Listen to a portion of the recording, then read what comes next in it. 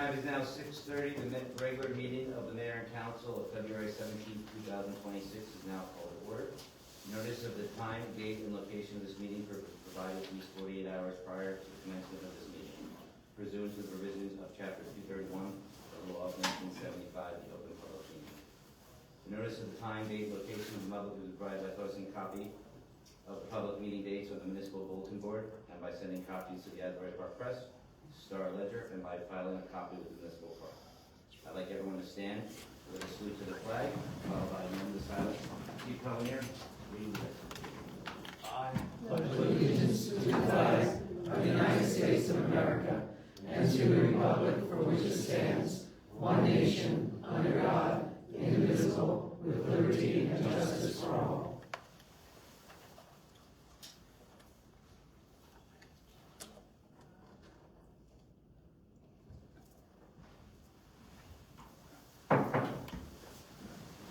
roll call. Mayor Kane, Councilman DiBenedetto, Council President Friedman, Present. Councilwoman Jordan. Here. Councilman Reich. Here. Councilwoman Rogers. Here. Councilwoman Stutzer. Here. All right, up next, we have a presentation from the Freehold Epps Lodge, 1454, to the Freehold Fire Department and the Freehold EMS. Can you guys all come up and thank you all for your service to the community.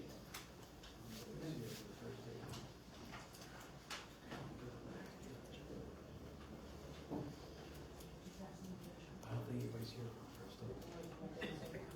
If you want to, I would stand over in this area, that way you can speak to the camera as well, and, or in the microphone, but for people who, well, so in the microphone to speak, but the other people so they can see. Okay. All right.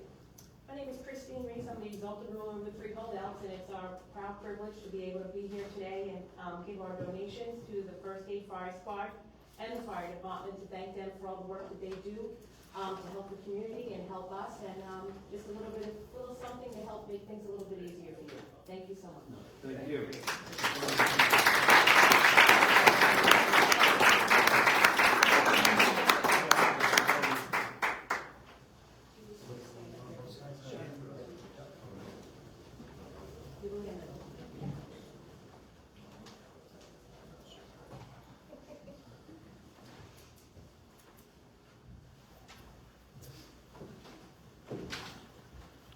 And while she's taking those pictures, we know what our first responders do for us and how much we appreciate them. The Elks Club is very close. They do so many programs to honor service groups like tonight, and veterans, and children, and they're just wonderful, wonderful givers. So we thank not only our first responders, our fire department, but we thank the Elks as well for all of your good work. Thank you. Thank you so much. Thank you. Have a great day, everyone. Thanks. Thank you. Thank you all. All right, number 5, workshop discussion. Administrator Gallo. We have nothing for discussion, sir. All righty, number 6, approval of minutes, meeting January 20th, 2026. I'll make a motion that we approve the minutes from the January 20 meeting. Second? All in favor? Aye. Roll call, sorry. Councilperson DiBenedetto. Yes. Friedman. Yes. Jordan. Yes. Reich. Yes. Rogers. Yes. Stutzer. Yes. All right, thank you. Up next on the agenda is a proclamation of the Mayor and Council of the Borough of Freehold declaring February 2026 as Black History Month in the Borough of Freehold. Councilwoman Rogers. Thank you. As we know, February is Black History Month, and we know that African Americans have made very many contributions, not only in this country, but in this town. So I'd like to read the proclamation from the Mayor and Council of the Borough of Freehold, County of Monmouth, State of New Jersey, declaring February 2026 as Black History Month in the Borough of Freehold. Whereas the Mayor and Council of the Borough of Freehold honor the heritage of African Americans and acknowledge their many contributions to our nation, our state, and our borough. And whereas the origin of Black History Month began a half century after the 13th Amendment abolished slavery in the United States and grew out of Negro History Week. The creation of noted historian Carter G. Woodson and other prominent African Americans. And whereas with the Civil Rights Movement and a growing awareness of Black identity, Black History Month, or National African American History Month, evolved to an annual celebration of achievements by Black Americans and at a time for recognizing the central role of African Americans in U.S. history. Whereas the Association for the Study of African American Life and History, the founders of Black History Month, announced that the 2026 theme of Black History Month is a century of Black history commemorations marking the 100th anniversary of the first Black History Week, founded in 1926, and honors the century-long effort to study, preserve, and celebrate Black history, culture. And whereas Black History Month is a time to recognize and honor the many people, events, and significant contributions of Black people to our community, nation, and world, despite living under difficult and unjust circumstances. Whereas remaining hopeful and confident about the path ahead, and a time to acknowledge the courageous fight for the rights, liberties, and freedoms for all Americans, the Borough of Freehold observes and honors Black History Month and encourages educators, students, and families to learn about the heritage and achievements of African Americans through appropriate programs. Now therefore, I, Kevin Kane, Mayor of the Borough of Freehold, join with the citizens of the borough to observe and honor Black History Month and recognize the tremendous contributions made by African Americans. And, we can't celebrate Black History Month without honoring the Reverend Jesse Jackson, who unfortunately passed away this morning. He is one of the individuals that is inherent to the Civil Rights Movement and worked to secure rights, not only for African Americans, but for many, many citizens of this country. So we honor him and recognize him for the contributions he's made to the rights of people in the United States, particularly African Americans, and for to offer condolences to his family and loved ones. Thank you, Reverend Jesse Jackson, for your work. We'll take it from here, keeping hope alive.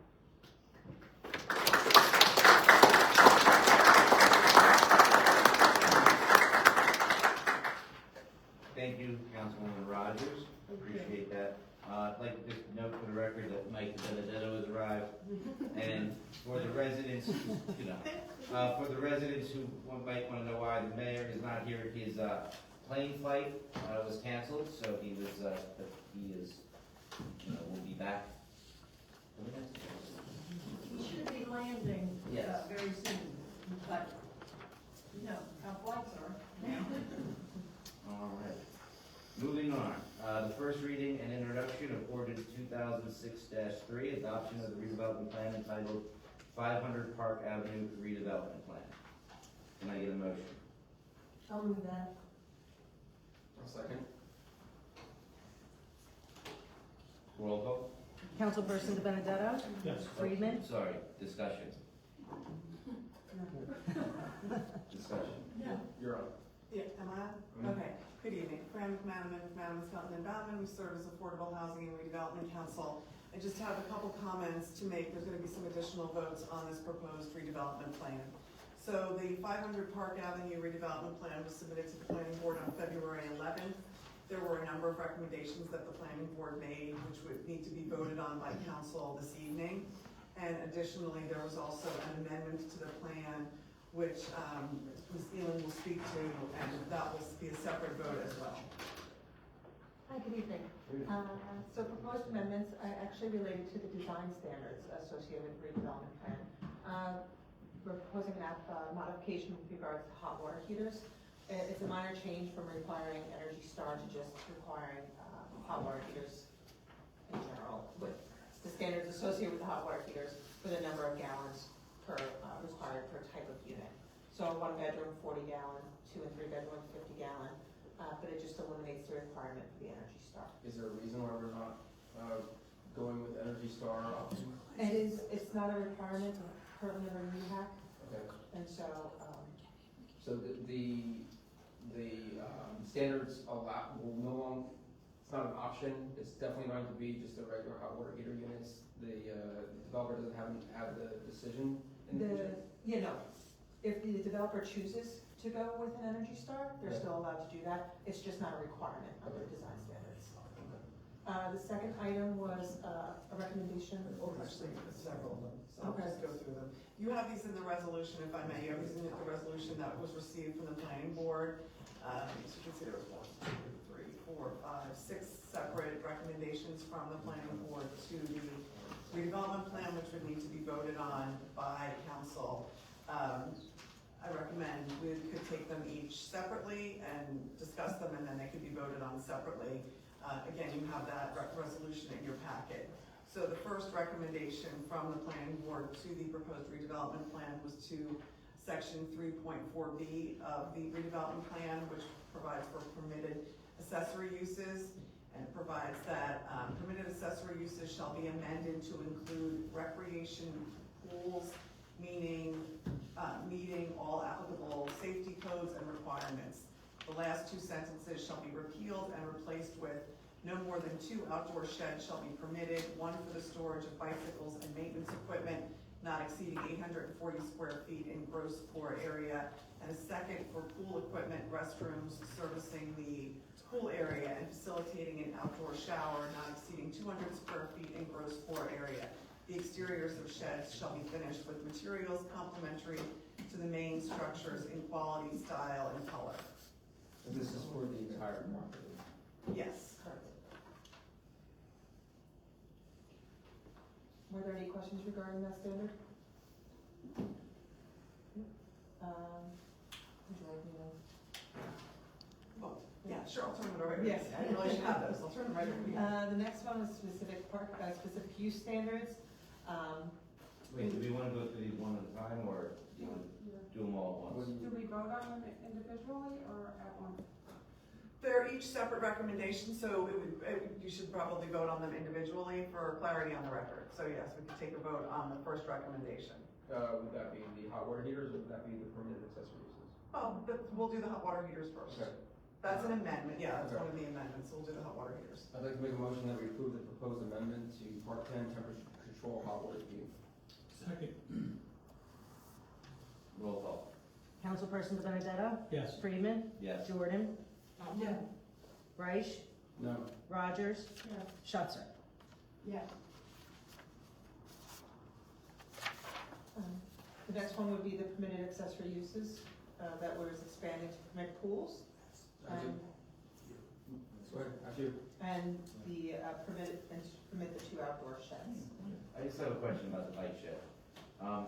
So if there are the battery bikes in the shed, is there what are the rules? So it's not a requirement currently for it to be sprinkled, Okay. but it is one of the reasons that we do want to ship those kinds of lights. Outside of the main building, absolutely. I agree 100%, but I just wanted to see how much that would. Mr. Chairman, we also have reason to believe that there will be forthcoming regulations that will require fire suppression in the very near future for buildings that contain lithium-ion batteries. Right, and will that be able to be retrofitted? They will have to comply regardless. Fair enough. I'd like to make, I'm sorry, so regardless of whether we vote no or yes now, it's gonna be down the line, they're gonna have to comply with it. I believe the resolution says that they will comply with all fire safety standards. I'd like to make a motion that we approve the amendment to Part 10, Section 3.4B, permitted accessory uses.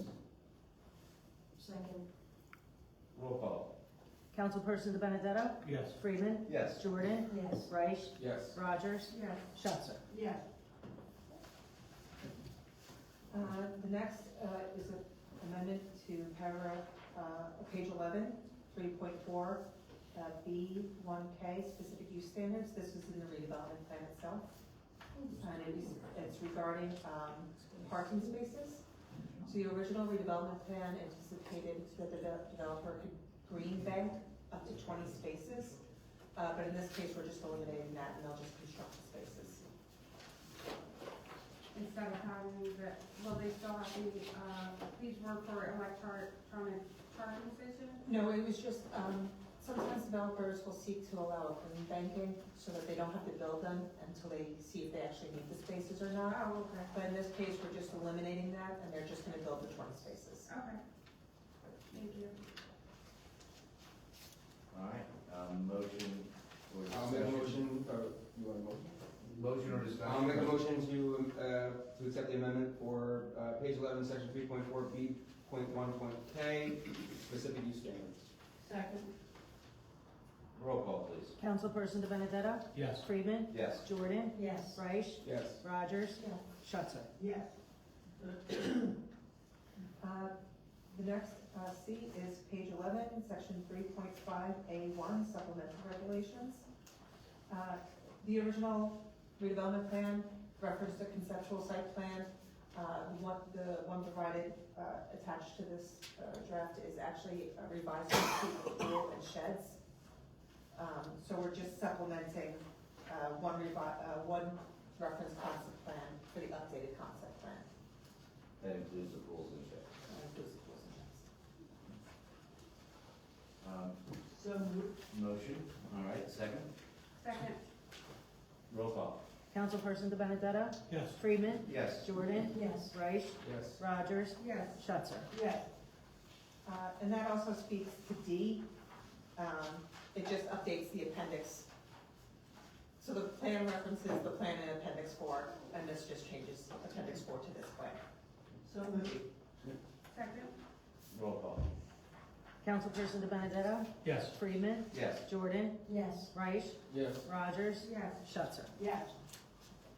The next one is under design standards, section 3.6, architectural design standards. So it was a suggestion of the planning board to add a bullet that said no balcony shall be permitted facing any lot improved with a residential structure. So when I can see where the planning board was heading with this this suggestion, I do note if you want to look through the aerial provided or the site plan with the the notes for the changes. The majority of the buildings to the south, those are actually townhomes, multifamily, and they are separated by a drive aisle with parking along either side. The only residential uses that are remotely close are to the west, but the building actually, only a portion of that building overlooks the far rear side of some residential properties. So the council needs to kind of balance allowing these units to have kind of like a little outdoor space for themselves in the form of a balcony against overlooking residential backyards. I do note that it only applies to about one lot that the balconies would overlook into the rear yard. And what's the distance from the building, first to the residential property lines in question, and then to the residential structure on those properties? I do not have, We're talking 10 feet, 20 feet, rough, I mean, oh. I understand. I think it's 15 feet to the property line of the building. So in that northern portion of that building, to the west, there's actually a parking lot. So that is a 24-foot drive aisle with 18-foot parking spaces on either side. So that's a pretty good setup. Before you get to the property line. Before you get to the property line. So So it's you're talking 40, 50. the southern portion of that building, of that western property, of that western building, overlooks one lot. And it is What was the width of the parking lot that you said? the parking lot itself is, let me just, before I try and add. I mean, I get the concern, if you had a, I mean, if what's you like had a the- zero lot line development up against a residential backyard with balconies kind of hanging over the backyard, that would be a We're like 100 feet to hard no. the residential structure. Yes, so the No, that's that not what we're northern- looking at here. So that parking lot along the northern side of the building's western elevation, that's at least 60 feet wide. So it's supposed to be more, okay. So, but then going south is the one lot where there is a, All right, so you're about 15 feet from the building to the property line, and the lot's 60 feet, you're at almost 108 feet to the actual structure itself. so it does look like there's a setback. And again, there is a balance between, And there's vegetation, no, trees, is there any planting, gonna be, anything that's gonna be growing up, you know? there'll be landscaping there. I don't believe there'll be landscaping that will match the height of the structure. Well, it doesn't have to match the height of the structure, it has to match. You know what I'm saying? If somebody's looking from 160 feet this way down into somebody's backyard, you plant a tree at 20 feet, you know, whatever, you know, right? Like, wouldn't there be a sight line that would basically obscure it I potentially? don't believe it would be wide enough to provide Okay, that type of buffer. it's still a very But long it's distance, one's property. It's one property. and it's a very long distance. The house on that property appears to be set more towards South Street. So yes, there is a balance between that property, but also residents of that building having access Outdoor space. to outdoor space. Now, with the outdoor space, can they, are there like rules against what can be done? Can they hang clothing? Can they, like, are there? Typically, that's addressed in like lease agreements, and that's something that can be brought up, particularly also in the Yeah, like, I think agreement. it'd be good for everyone to have the balconies looking clean. No, it's, I believe that's something you could address in the redevelopment agreement and You know, lease agreements. Right? Yep. Anyone have a problem with clean balconies? No, no problem. That's something that certainly could be addressed in a redevelopment agreement. I would like to also note for the record that we do have a redeveloper who is designing this project, and they have objected to this recommendation from the planning board. They have concerns about not including balconies on all the properties. I could see that, I think it reduces the value of units potentially. You want people to have some sort of outdoor Put a air little bistro side. and breathe and be able to sit out on a little balcony and drink your coffee in the morning. Also, the facade of the building is broken up by a balcony. I get the concern. So, just so we're clear, when you're considering them about the thing, voting yes would adopt the no balcony. Well, understood. Okay. A yes In would adopt, reverse. Yes. In reverse. Yes. a no would reject it. A no is rejecting this recommendation. All right. I make a motion to reject the recommendation from page 18. No. That's fine. Yeah, you can do it that way. You can do it that way. Then, okay. Oh, then you're voting yes if you're rejecting Yeah, it. Yeah. Yeah. I'm making a motion to reject. Right. I have the balcony. I understand. I'm rejecting the recommendation from the planning board, which will allow for the, which will, it voted yes about allow for the balconies. Yeah, okay. All right. Second. I think. So, just for the Let's record, make this okay. a yes vote now is to not accept the recommendation for the balcony, for the removal of balconies. Yes is in favor of the balconies. No. Yeah, so we're making, I we're made this saying work, we're I made this work, so we're then rejecting the recommendation by the planning. Correct. You're Correct. making a motion to reject the planning board's recommendation. I am. So a yes, Told you, I think. So a yes? So a yes is to reject the planning board's recommendation. Do we have a No second? balcony. Do we have a second? Sharon, thank you. I think. Roll call. Councilperson De Benedetto? I'm following the bouncing ball, yeah, no. Oh, wait, No, You wrong. want to vote yes. Well, no. So we were raised this way. Yes.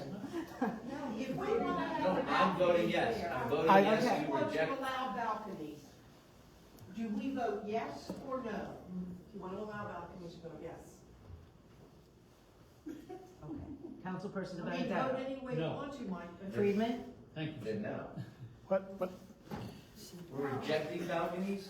Oh my gosh. I thought, You're accepting, if you vote yes, you're accepting. then yes. Can- Yes. Mr. allow it. Chairman, can we have our attorney read the resolution Make it clear. and Yes, make it please. clear? Apologies. So, we propose a resolution, there's been a recommendation by the planning board to remove the balconies. There's been a motion to reject that recommendation. So, that motion is made and seconded, a vote of yes is a vote to reject the planning board's recommendation to remove the balconies. Correct. And allow. And allow. And allow. And allow. Correct. And if you want to make it extra clear, when you vote, you can say, yeah, I'm voting yes to allow the balconies. All right. So now vote it no. Yes, to allow the balconies. Let me just start over. Yeah. Ready? Councilperson De Benedetto. No. Friedman. Yes to the balconies. Jordan. Yes to the balconies. Bright. Yes to allow balconies. Rogers. Yes to allow balconies. Schutzer. Yes to allow balconies. All right. Sorry. Next. I tried. All right, I one more, tried. one more. The last one is, on page 19, 3.6, design standards, architectural design standards. They're just deleting insulated metal panels. They'll still have to use other materials listed. Where were the metal panels? There were It's just, screens? no, in our design standards, we include items such as you shall use like cement board siding, and you shall not use things like, Final. EFIS or Okay. something like that. So under the permitted, they just requested that we remove the insulated metal panels. I think from what my guess is, some of those metal panels look pretty shiny Okay. and might not kind of be keeping with. So this is a recommendation from the planning board? Yes. Okay, all right, I understand this. Okay. All right. You want any discussion on it? Other? Any discussion? A motion? I'll make a motion to accept the recommendation on page 19, section 3.6, design standards, architectural design standards from the Queens Planning Board. Second. Roll call, please. Councilperson De Benedetto. Yes. Friedman. Yes. Jordan. Yes. Reich. Yes. Rogers. Yes. Schutzer. Yes. Okay, those were all the proposed amendments to the plan and the design standards. You're introducing the plan that will be incorporating All of this. all of the votes that you just took. All right, I have one question. I'm not quite sure what page this is, it looks like page 2 of the design standards, it's where they got the little metal grates. And they've got an option of a really decorative one, and then like, I mean, I know which one they're gonna go with. Part of me, like, I'm glad we put that in there, that really, like, going forward, when we get closer to that top one being the standard in our buildings where we need to have these grates. And I do note that it has to be presented to the planning board for. Right, but the drawing has, obviously, the Yes. bottom one. My guess is, if they have their druthers, they're gonna do the bottom one, but. All right, Do we need an umbrella motion to accept the redevelopment plan with the amendments? yes, I think that's what she's doing. Right. We're adopting this redevelopment plan as presented with the amendments we added to it. You're introducing it, you're not adopting it, so you're making a motion to introduce it. Motion to introduce. I'll make the motion to introduce the 500 Park Avenue redevelopment plan with the amendments that were discussed. A second. Second. Roll call. Councilperson De Benedetto. Yes. Friedman. Yes. Jordan. Yes. Reich. Yes. Rogers. Yes. Schutzer. Yes. All right. Number 9, first reading introduction of ordinance 2026/4, adopting amendment of the redevelopment plan entitled Nestle Redevelopment Plan. Oh, that is the. A second. And, anything from you guys on this one? There were no recommendations from the planning board on this. No recommendations. All right, any discussion or anything from council?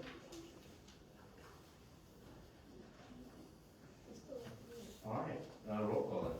Councilperson De Benedetto? Yes. Freeman? Yes. Jordan? Yes. Reich? Yes. Rogers? Yes. Schutzer? Yes. All right, number 10, first reading and introduction of ordinance 2026/5, adopting and amending revoke plan entitled 26 through 28 Court Street and 2 through 6 Broad Street redevelopment plan. I'll move that. I'll second it.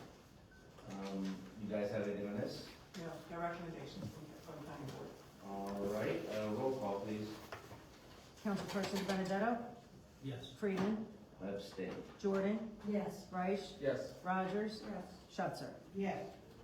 All right, moving on number 11, first reading and introduction of ordinance 2026/6, amending Title 18 Affordable Housing of the Borough of Freehold Code of Ordinances to address the requirements of the Fair Share Housing Act, the Uniform Housing Affordability Control, UHAC, and to comply with the borough's round 3 and 4 affordable housing obligations. Mr. Chair, just correct, that's Title 19. Oh, I'm sorry, Title 19, I apologize. I'll offer that. Second. And discussion. Yeah, let's go, anything you guys wanna Sure, bring good to evening. this? So this is, the borough already has an affordable housing ordinance, as you know, on your books. What has come about as a result of the amendment to the Fair Housing Act for Round 4 and the subsequent regulations is that there are requirements that, for amendments that need to be made to all municipalities' affordable housing ordinances. DCA came out with a model ordinance including all of the recommendations and the amendments that will need to be made, and then that's what they're recommending that municipal councils adopt. The borough's affordable housing planner topology prepared this ordinance and will be available at the next meeting at the adoption for further discussion, but that is what the ordinance is before you for consideration this evening. Do you have any idea how many times they're gonna change this? Because my understanding is it's been changed multiple times. Well, it's been changed twice. Originally, a third-party entity that's involved in this process released it before it should have been released. So it sent it to municipalities saying this is the model ordinance you should use. About a week later, DCA came out and said that shouldn't have been released when it was released. This is the ordinance you should be using. So we think this will be the final one. This is from DCA. It was just two different entities. One released it before it was ready for prime time. Excellent. And as affordable housing goes, with all the projected development we're doing, we're in good shape. Yes, you have met that's what we're gonna be talking about in the next resolution that's considered and in future meetings. The borough has reached settlement agreements with Fair Share Housing Center. It has a comprehensive housing element and fair share plan, which will be before council within the next couple weeks. And it provides redevelopments and all the development that's necessary to meet the borough's affordable obligations, both in the third and fourth rounds. And what year does that take us to for the public? 2035, 10 years. Fourth round is 10 years. We will have our plan in place for the next 10 years. There is a new concept in the fourth round that provides for a midpoint review, so at 5 years, if the projects have not materialized, that were supposed to materialize in the housing element fair share plan, the borough will need to provide additional projects to address any deficiencies. But if we're showing progress towards what we agreed to, then they will leave us in peace? Oh, yeah, hopefully? really? You think so? That's realistic. No, I know. Mr. Chairman, I can ask, hope, and pray.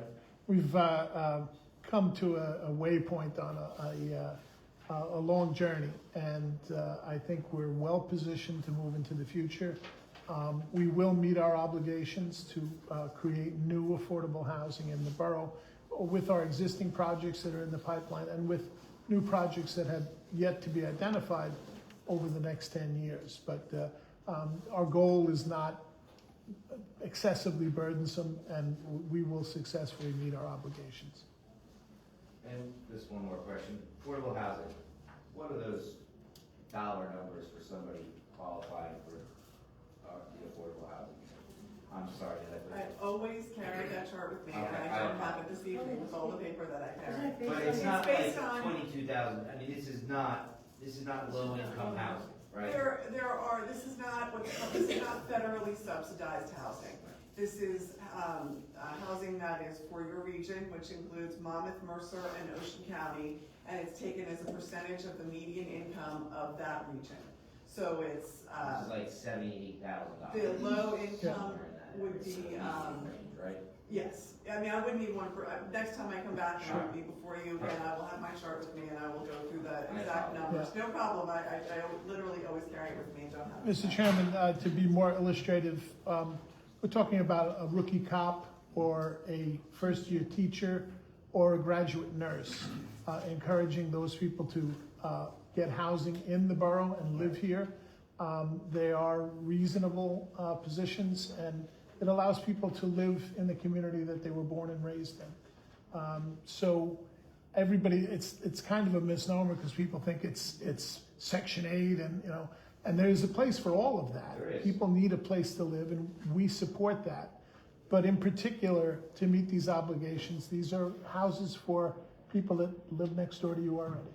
I just want to make sure the public understands it's not hundreds and hundreds of units of, No, you know, it's, right. Right. It's- That it's affordable housing, it addresses the issue that we're all dealing with. You know, I know a lot of my friends, their kids are in their 20s now, they can't afford a place Sure. to live in. Out of their, you know, after college with their first job, one of these affordable units is something they would be able to afford. So, yeah, affordability is a big thing these days. all right, if there's nothing else, roll call. Councilperson De Benedetto? Yes. Friedman? Yes. Jordan? Yes. Reich? Yes. Rogers? Yes. Schuster? Yes. All right, moving on to the public hearing regarding the application to the State of New Jersey Green Acres Land Acquisition Program to acquire property on Robertsville Road. Mr. Chairman, if I may. Yes, please.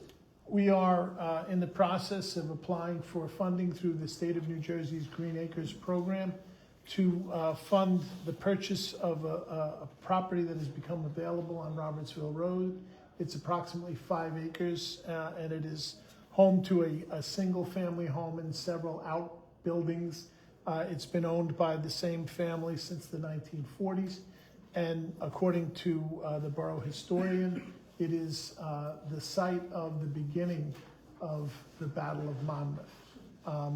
Obviously, there was a lot of moving around back then during that, but this was a point at which the Americans are thought to have turned and started to fire back. We have this on the agenda for a public hearing tonight. From our borough engineer, we have Alan Berger, who's here with us tonight and is going to talk about the parcel and what's involved with this program. All right. Thank you. This my case of you. I would say put these over here, and then we're a little bit familiar with it, at least people in the audience will be able to see it, and hopefully we'll get caught off the camera too.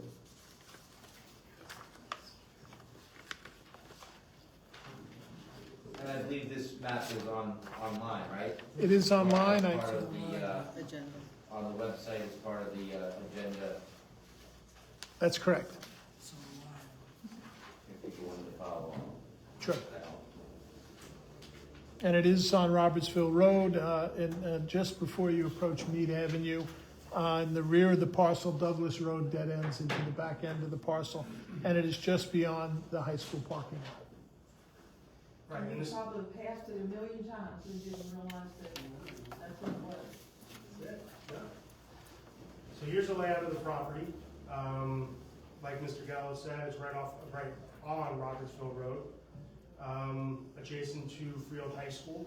So it's a good opportunity for the borough to preserve some open space rather than have it become something residential, commercial, something like that. Mr. Gallo actually basically said everything that I was going to say here. Yeah. Sorry about that. So I'm sort of, no, it's all right. This, if this was not a park and a developer were to buy it, and so, I mean, you may not have the answer, but approximately how many, is that lot size, how many houses? It looks like 8 there, so 8, 16, then a road, like 24 houses, right? Give or take, yeah. Sorry, if I have a chance to speak There'll clearly. be a public, Thank you. there'll be a public. Yeah. So, I mean, you can fit a lot of houses there, right? You could fit quite a few houses there, like Mr. Gallo said, it's about 5 acres. So yeah, you can fit, multifamily, residential, quite a few units. So it sort of conserves the property to use as passive recreation, and that sort of. Just to be clear, that is not our goal. No, no, no, It's no. not to put houses No, there. no. No. Keep it as an Understood. open space. Un- understand, I just want to point out the potential alternative, Sure. it doesn't become parking, It's you an- know, the it's- open market. And it's important to understand that if we accept Green Acres funding for the acquisition of this parkland, it is required to stay as parkland. We will Correct. not be able to sell it in the future, will not be able to release it. It will be used as parkland for everybody's lifetime. And we did a survey online, we got a lot of feedback from the community, over 250 responses. And what people would like to see is a passive park. We're considering installing some gardens here that you can walk through with different flowers and different types of plants, as well as a place where people can gather for picnics or to spend time together. We're not planning on installing ball fields or playground structures. It would be a passive park. Yeah. So that's the plan. This structure would hopefully remain. That's undetermined right now. I think Not Mr. Gallo determined, can yeah. probably share. The buildings themselves are not historic in the sense that they're not period from the Battle of Monmouth. The home, I understand, was built in 1940. There may be some asbestos issues, and Green Acres, when they fund projects such as this, they are funding outdoor recreation. Their money is not to be used for indoor recreation. So if we're gonna do anything with the houses, it's on our dime. There's Or only- other grant yeah. funds that we'd have. Or other grant funds, yeah. The objective is to try and acquire this parcel at no impact to the municipal budget, doing it all with grant funds. So this is a public hearing, so we can hear from the public now? Absolutely, we have to, yeah. Yeah, make a motion to, I'll make a motion to open the hearing to the public for, or unless there's anything else. No, I know that Steve took most of the. Okay, I know, no, we can open it. okay, make a motion to open the public portion of the hearing. Second. roll call. Councilperson DeBenedetto? Yes. Friedman? Yes. Jordan? Yes. Reich? Yes. Rogers? Yes. Schutzer? Yes. Open to the public, please state your name and address for the record, please. Sir. Good evening, Russ Peckett. Grew up with the track. My father used to train race harness horses, so that's home. I live on 37 Mead Avenue, which basically our backyard, if you will, backs up right to this farm. The moment the available sign went on the property, I called the realtor to see, supposedly in Beaufort. I'd like it to remain a park.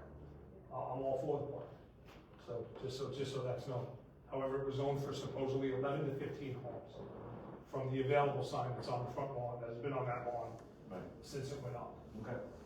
One of the things that I was asking, I was here for the initial hearing as well, when they put out the Facebook post for it, I came over and just, asked a couple questions in reference to that then. I'm looking for some sort of parking, potentially for the park. If anybody drives up and down Robertsville Road any day, Monday through Friday, September through June, the high school students, potentially faculty, people that work at the Borough High School, they reach Mead Avenue. They go beyond They do. Mead Avenue. So if there's any potential of adding some sort of a Parking for potential that? parking for the school, okay, because that is 9 months out of the year. When you're trying to make a left or a right out of the development, there was also talks of where they're going to enter the park, if you will, because there was discussions in the initial meeting of potentially a pass through or a cut through, and I don't live there, my apologies, but the folks on Douglas Road.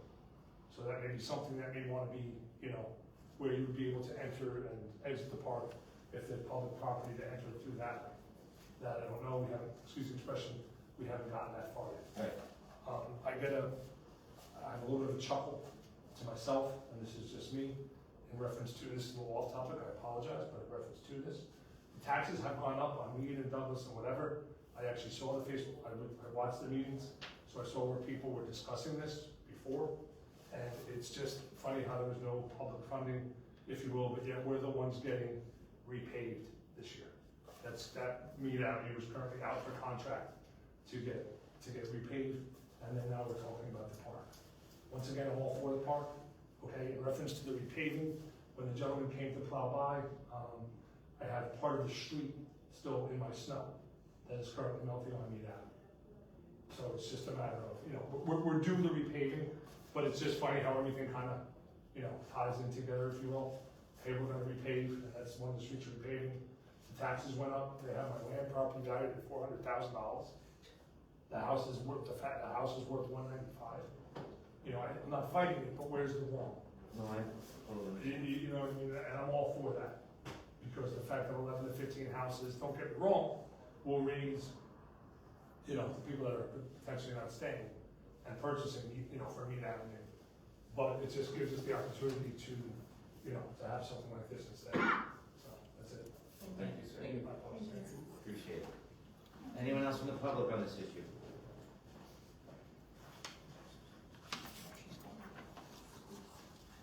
Diane Ketchum, Douglas Road. Again, I have a concern about the parking. Like you said, you can't park during this school year on Robertsville. We on Douglas now have permit parking the kids can't park there from 7 to 9 because at one point they were parking there, we couldn't even park it on the street.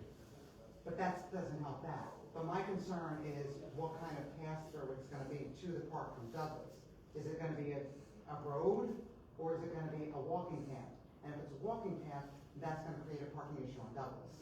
Because if they can't park on Robertsville, now they're gonna come around Douglas and park. Now my house is up the other end, so it probably won't affect me, because there probably won't be a lot of people in the park at one time. But all the people at the other end will then again lose their parking for people that are walking through the park. And I don't mind a path through, that would actually help me. But there has to, but maybe a little parking lot in the park, so that the people that go to the park, even if it's only 6 or 8 spots, so that the people that go to the park can park in the park, as opposed to parking on the side streets if there is no parking. Mr. Chairman, I would anticipate that there will be parking for the park in the park. Okay, that's good, thank you. And probably not off of Doug, a walking path. There would be an entrance at that, so the residents could walk into the park, but I would say, there would be a driveway and parking on the Robertsville Road side. There's also parking at the high school that we could maybe enter into an agreement with them that in the summer and weekends, people could park there to go in the park. A possibility. And this hearing is just for the general approval of the application. Yes. There's going to be a design, there's going to Absolutely. be a public Sure. portion of it where we'll get input about, where do we want the gardens? Absolutely. things like that. Yeah. There will be This is public the first meetings. step Yep, of a multi-step process. sure. All right. Hi, Now, I'm Judy Taylor. hello. I live on 37 Douglas Road, in the corner. I think my husband and I probably have the most that's going to be against that. I don't have a problem with that. I'd like to know, is there going to be any type of fencing or anything around that? Like, say, 3 sides of it? Well, we're not into that right now. We'll definitely take that under consideration. We're just in the acquisition phase at this point. Is there a significant tree line separating your property from the area? No. You want me to talk to you about my tree line? I've lived there almost 50 years. That tree line has cost my husband and I a fortune. Number one, it's gone through my shed. There's so many of those trees. We lived there 50 years. The trees were huge when we moved there. Yeah. The branches come down all the time. We always have pine cones. I have to have my gutters cleaned 2 or 3 times a year. Those trees all need to go. Yeah. I'm telling you that. Ma'am, I can tell you that if the borough is successful in acquiring this property, we have a forester and he will evaluate each one of those trees. But what happens if he doesn't say, oh, the one right as close as that to your wall, away from my house? Right, if it's sick or diseased, It's 3/4 of the branches missing on it. they would remove it if it's sick or diseased. So in other words, almost all of them then? Perhaps, yeah, we have to get in there and take a look at Yeah, it. they would just replace them somewhere else in the park, that's how. Oh, no, honey, they're 200 feet No, away. they would just replace, plant new trees somewhere else in the As park. long as they're not near my house. Sure. So you don't know yet if there would be some type of a fencing? We'll take that under consideration, but no, we haven't started the design yet. I mean, Steve, generally our parks fenced, I mean, Our parks generally aren't. You know, Well, they have the wood rails. Veterans Park, Liberty Street Park don't have any fences. Well, they have one fence on one side. I guess they're not our fences, the residents have fences. Yeah, but it's, again, there will be a design meeting and you can come and share your ideas with us. And, you know, ultimately, we want the park to be a reflection of the neighborhood. So we will value your input. Yeah, this is a partnership, it's not us dictating. Oh, no, I'm what's gonna happy, happen. Yeah. Yeah, Thank God, it's good, you know, We're I'm happy. We're glad that you're here and expressing your concerns. Sure. Because that's important to us, and a lot of times people don't come out and let us know what's important to them. Do you have any idea, this is another question, once it's approved by the state and the borough, and what, how long before they would ever do anything about it? We're probably into next year. The financing will take the better part of this year. Yeah, you're young enough, you'll be fine.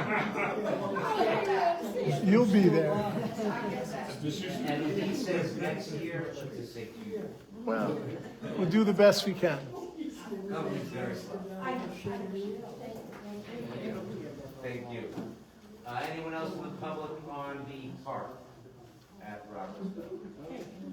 First, you put a damn fence up. Good evening, state your name and address for the record, please. Velasco, 3 Phyllis Road. Good job, For the last couple of years, I've heard rateables, but we're going to do away with rateable. And what I see is a lot of additional expenses. So if you keep the structures, which the township has a lot of experience with their historical buildings, you're paying for gas or oil to keep the pipes from freezing, electric, water, sewer, all those are more bills that the borough has to take into consideration. Or you're gonna demolish them. And if you demo, that's a cost to taxpayers. The maintenance, you not only have the lawn that is the same with all the parks, but as just mentioned, the trees. I just had to take down a tree that was over 150 years old from my house because it started and I wasn't taking the chance with my dogs, with myself, anything like that. It was $8,000 for one tree, okay? The bushes, gardens, who's gonna maintain them? This is, DPW has a ton on their plate, and they sometimes can't pick up the trash around town. So who's gonna be maintaining all of these flower gardens and everything else, and just trimming of the bushes, and even the healthy trees, you still have to keep them maintained. Routine repairs, etc. And then security. Because of a lot of the trees and bushes and the distance, you know, from the front of the property all the way to the back, and it's right next to the high school. I mean, after football games, any kind of event, you could have a congregation there. So what about added security, lighting, cameras, you know, if you're keeping the structures, alarms, and then who's gonna monitor all that stuff? So these are just possible expenses that now taxpayers are gonna have to take under consideration when we're still losing that rateable of over $19,000. So, because now we have it, and we don't have an owner paying taxes. You'd rather see a housing development or housing development? You guys have all been talking about rateables, we need rateables. We're getting ratables.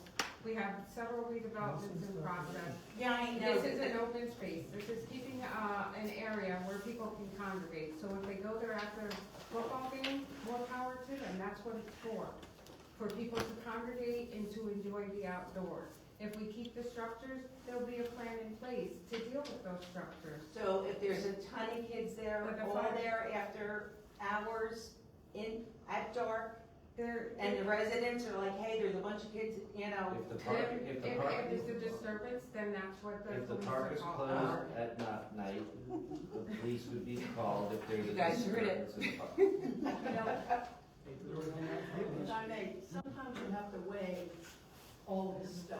And I hear what you say, but I think that preserving this for history, for the value that it is well worth any,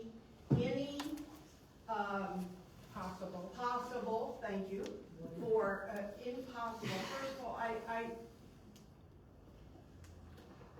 I'm not into, creating issues. This is something good that we want to do for the borough, for the history of the borough. Right, but I think everybody should Worrying realize about a tree the coming down. possible increase. No, and I in expenses. appreciate, Chris, that you know, but I also know that sometimes the No. negative is a little No, people over. need to know both sides. Well, People and need to be you aware of have all of those expressed sides. that, thank you very much. I think most And no people, one is hiding that there will be costs associated with the park.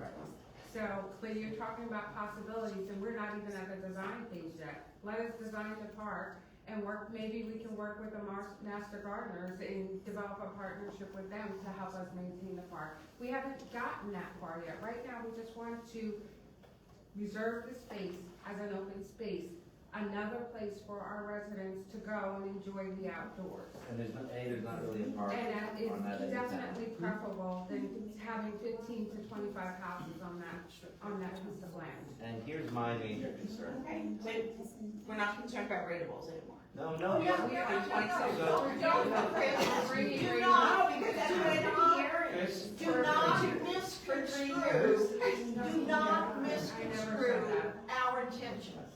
I don't do Facebook, but I don't wanna hear that garbage on Facebook, next week. I don't wanna hear anybody saying, oh, but what about this and what about that?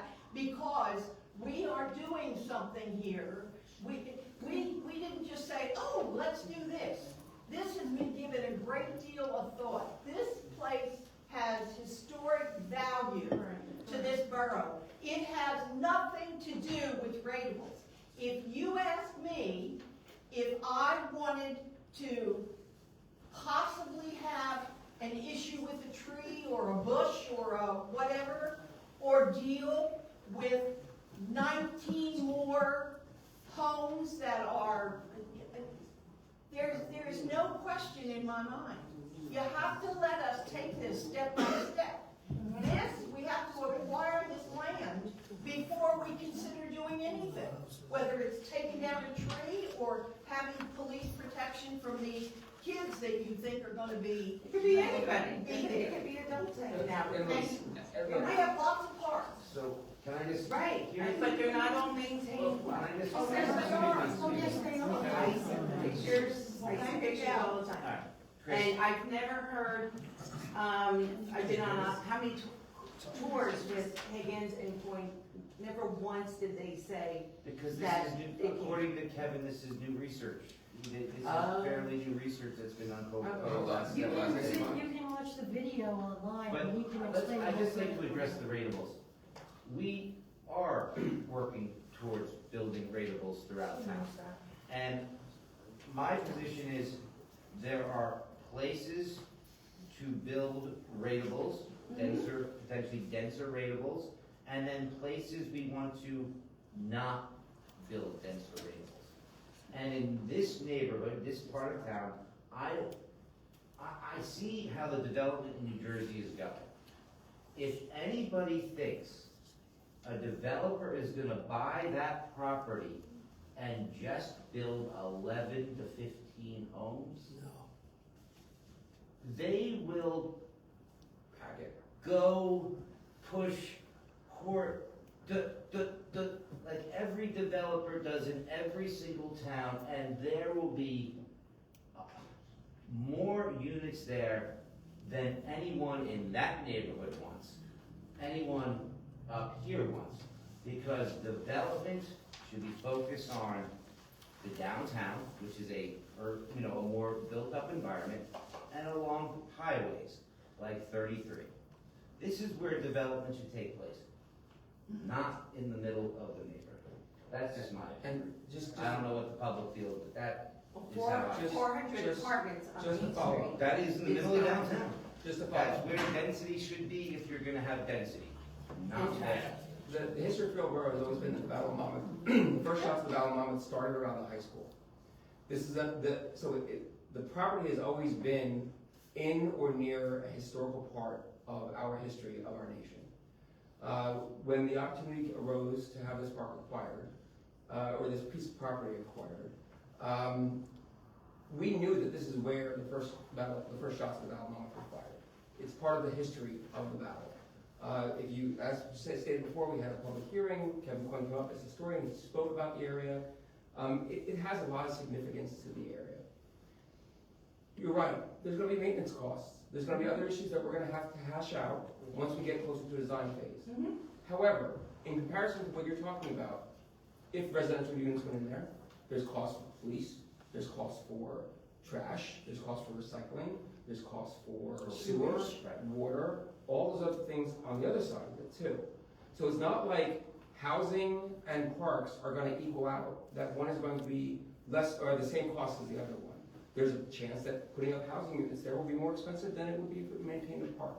However, for right now, the goal of the council and from the general public that we had at the hearing and whatnot, is that we'd rather see this as greenland than as a new development. We have other locations in town,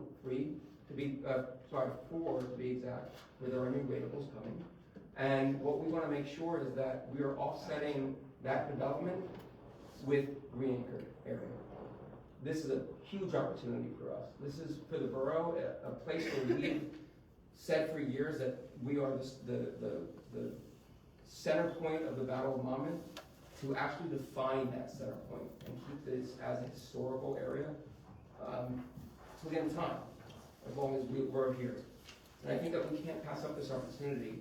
And I think we will, I know we will look at those items and we'll look at the line items and whatnot. But for right now, just tonight, the goal is we want to acquire this property to do something with it versus seeing it go to a developer. And I think that from the public hearing we had previously and from the public tonight and the council's opinion, I think the first step is to acquire the property, and then once we get into it, we'll start looking at those numbers and whatnot, and we'll see where there's costs associated with maintenance and upkeep and things like that. And we'll figure that out into the budget in future time. As you've seen previously, there's been opportunities that we've taken advantage of regarding grant funding that has helped us offset costs that we didn't think that we'd be able to offset. We don't know what the future's going to If we hold. build a certain number of parking spots there and we rent them to the school, maybe that will cover. So there's But then people there's- can't enjoy the park because the there's- high school students Huh. are working. Step into that one, Jeff.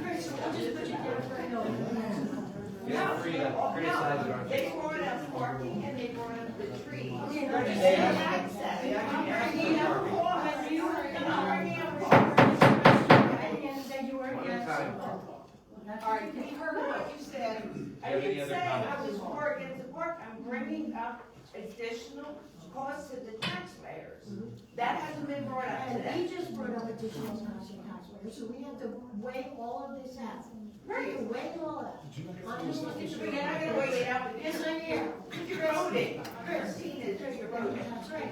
It's voting to acquire funding, is Right, and it's not- acquires the property. Right, so no matter what anybody. And I choose not to do it. Well- I choose not to be the resident of this park for the park community. I don't choose to dwell on that.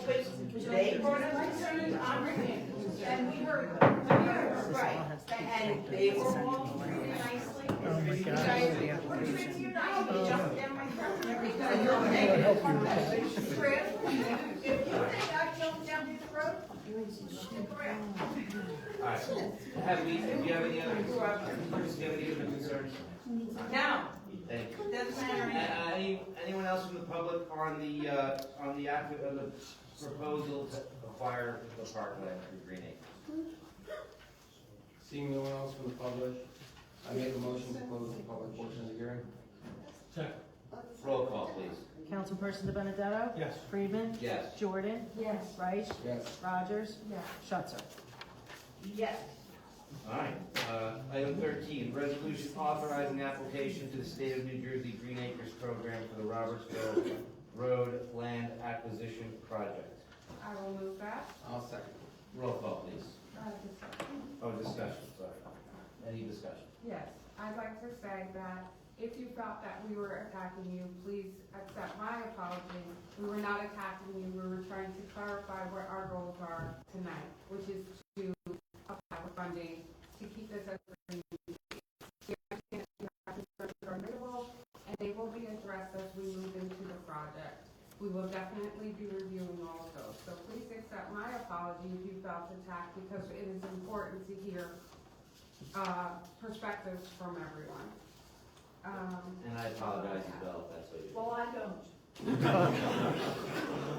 I like to give a little history on the property, since I grew up on that side of Freehold.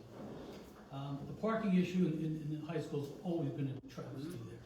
Always have been a travesty. I have talked to board members, they have not. The people that own that, I remember when my dad lived there. And the two kids, especially the son, took care of the mom. The mom got sick, she passed away. Well, the son has another piece of property in Manalapan. It's a big piece of property. So he struggled to take care of the land on Robertsville Road and the land in Manalapan. You didn't do that bad. I think Andrew's not there. Andrew's his name, I know him well, he didn't do that bad. I know Andrew very well. Moving forward, it's a great opportunity for the borough to get a piece of land and preserve it with a grant. To keep the people, the taxpayers on that side of Freehold happy that we're not putting in these houses, that we're maintaining the property the way it should be maintained, because Andrew was stressed out and couldn't take care of his property and the other properties. So I believe we will take care of it the right way. We heard what you said about the parking. We somehow maybe have a joint effort with the high school to get some of the parking off the street. You people have struggled since you moved into that side of town with the kids going curb to curb right up against your driveways. So hopefully we can make some moves in the future to take the stress off the high school parking, to make that into a pleasurable park. It's been abandoned. I don't know if that's the right word, because the property owner couldn't be there. Nobody's been hanging out there. Nobody's been walking dogs there. Nobody's been causing disturbance at night. Am I right, Chief? Just on that piece of property? And nobody's been living there. So now we're gonna have activity there, which people that do bad things don't wanna be around activity. So I'm gonna vote yes today. Any other discussion? All right, roll call. Councilperson De Benedetto? Yes. Friedman? Yes. Jordan? Yes. Reich? Yes. Rogers? Yes. Shutzer? Yes. Thank you, sir. Thank you. Thank you. All right, our consent, was it? I said, aren't you late? All right, consent agenda. Note, matters listed under the items of the consent agenda are required to conduct day-to-day operations of the borough and be enacted by one motion in the form listed below. There will be no separate discussion on the items. If discussion is desired on any item, that item will be considered separately. Are there any items that wish to be considered separately? Yes, please. CR 3, permitting the outdoor use of dining on a pod on a temporary basis. Any others? All right, can I get a motion to approve CR 1 and CR 2 as well as CR 4 through CR 8? So moved. Second. A roll call, please. Councilperson De Benedetto? Yes. Friedman? Yes. Jordan? Yes. Reich? Yes. Rogers? Yes. Shutzer? Yes. All right, can I get a motion to approve CR 3, please? I'll move that. Second. Discussion. Yes, I am completely against banning pods in downtown Freehold. We've had many discussions about the appearance of our buildings and the historic nature of the town, and I don't feel like dining pods fits that character. We've had other structures at other buildings in town, and they weren't allowed, whether they were permanent or temporary, and I don't feel like dining pods should be allowed on Main Street. I don't think it's a good look, and I don't think it fits in with the historic nature of the downtown, so I will be voting no on this.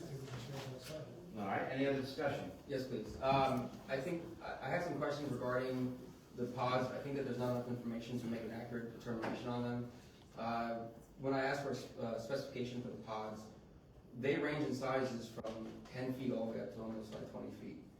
10 feet for a four top and 20 feet for, I think it was an 8 top, something like that. There's also a question about securing them. The company that the pods, the specification that came from the pods said that for high wind locations, they recommend using anchor bolts to the ground, which would mean that our sidewalk would have to be bolted into, which doesn't make these temporary structures.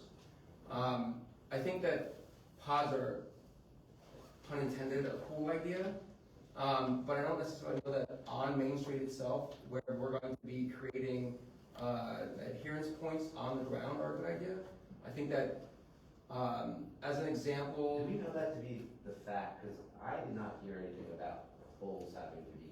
So the specifications for the pod has 4 mounting options. The pod you found, or do we... The pod that was sent from... This is information that was provided by the Right, American so Hotel. there's 4 options. On open ground, there's stakes, almost like you would put up a tent. Right. On hard surfaces, with low wind locations, there's an L bracket that gets it secured to the ground, or you can weight them down using like stone planters or whatnot. And then in high wind situations, they say that it has to be mounted to the ground, that you have to have it secured directly to the ground, or else these can lift and blow away. Downtown, that corridor, there's a number of times throughout the year that it's a high wind location. I mean, you can look at our stoplights that blow in the wind and whatnot. My concern is that, first of all, if we have to secure them to the ground, they're not temporary. Number 2, if they are not secured properly in a certain situation, they're going to become damaging to the structures, the street line, whatever it may be. And the third thing is that if they are not taken down at night, they're a security issue. They're going to get occupied, or they're going to be broken, or whatnot. I think that if it was a unit that could be inflated during the day, used, taken down and stored at night, that would be a more temporary structure, something that would be weighted down. Oh, no, I understand. I looked at that's what it was. No, they're geodesic domes with a frame to them and a sheet on the outside, and they get staked down. I think that, aside from that fact, I think that having something on the main street, I think that detracts from the main street, from the historic development that we're going for, the look of the main street. As an example, I think that the alcove on Metropolitan Cafe that's on the alleyway might be a good place for this. It's still there, it's still usable, it's off the main path and whatnot. I think that my issues are the attachment, the look of them, and security issues regarding having them being, quote, permanent structures. Mr. Chairman. Yes, please. I think this should be tabled, to tell you the truth. With Valentine's Day and the rear view lights and St. Patrick's Day coming up, we're not gonna, none of the our restaurants are gonna put this up this year. I've talked to the one person who did want to put it up. He's not gonna do it this year. I think you should table this for I was under the and impression... bring it up for discussion. I was under the impression that this was being requested for literally Valentine's Day night for couples to have dinner. I never saw anything that showed such a grand plan, but... And I think that's one of the issues we can... I think let's, if what... I'll make a motion that we table this. Second. For further discussion.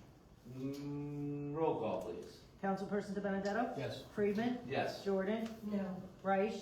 Yes. Rogers? To tabling it? Yeah. Yes. Schutzer? Yes. Okay, all right. Then that is the end of our consent agenda. Moving on to the approval of bills. I make a motion that we pay our bill. It's been there for Roll call, years. please. Thank you. Councilperson De Benedetto? Yes. Friedman? Yes. Jordan? Yes. Reich? Yes. Rogers? Schutzer? Yes. All right, redevelopment presentation. Council Cosgrove, could you please enlighten us on the plan for the evening? Yes, Mr. President. So this is a redevelopment application for change of use. It's an application for the redevelopment entity concerning 31 East Main Street. The applicant seeks to put a restaurant into that space. There's going to be testimony from our planner and from the borough engineer conclusion of the application.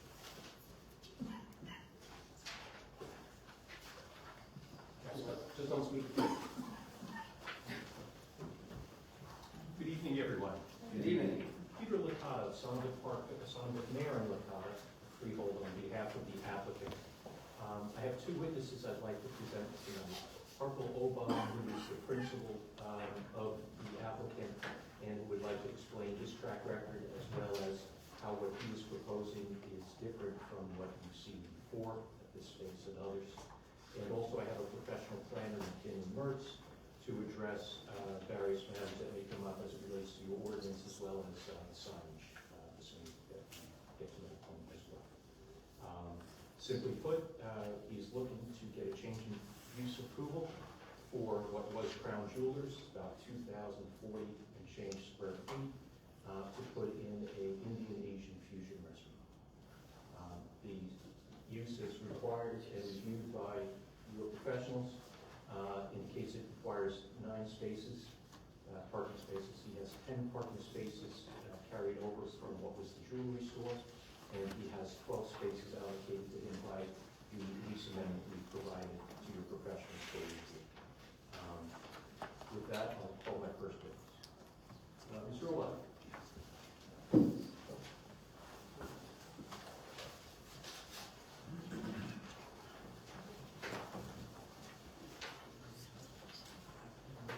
Sir, can you raise your right hand, please?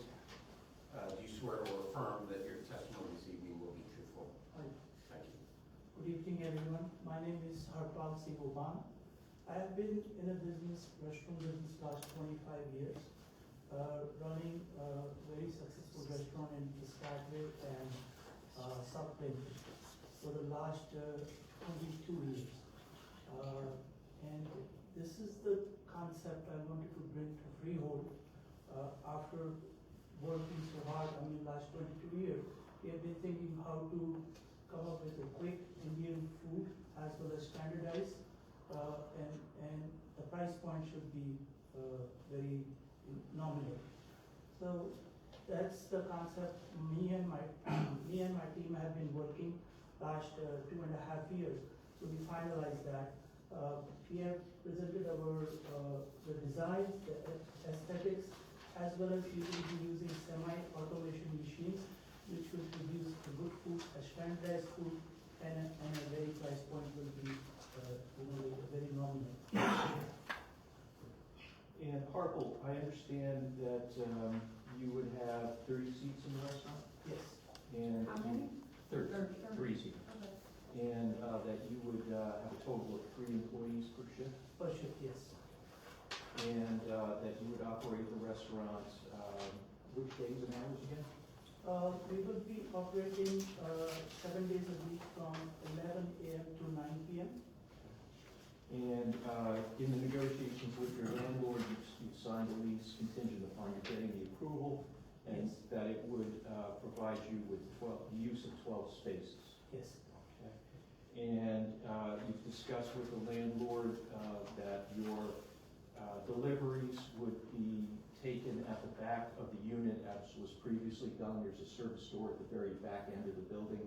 Yes. Where the parking area is opposite of Lafayette Street. Yes.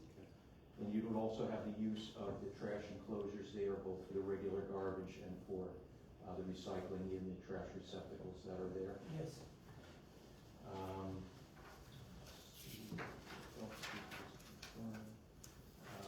We'll talk about the sign later. And again, the food that would be provided is Indian Asian fusion.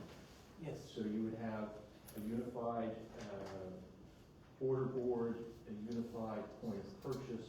Yes. And the patron could order either Indian food or, for instance, sushi. Asian, yes. Okay. And in terms of the height of the sign off the ground, I understand that if it's approved, it would be 9 feet high off the ground. Is that correct? Yes. Okay.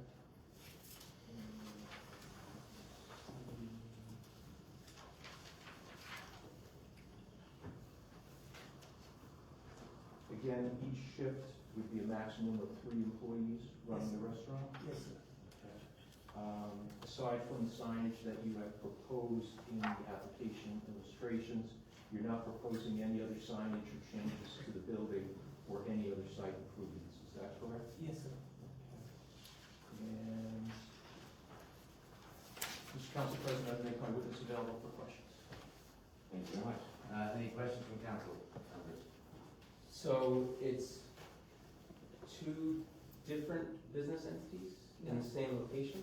It's gonna be one entity doing Indian and Chinese food in terms of spices and some sauces we use is very common, which we have a restaurant in South Bend called Spice Culture, which we have been doing since 2019, which has a similar kind of menu, which has Indian, Chinese and Thai food.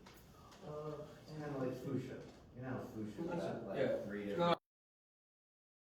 The question goes more along to the proposed signage that you're putting out here. The signage reads like it's 2 different businesses. It's Tikka Masala and Company and then India Chow.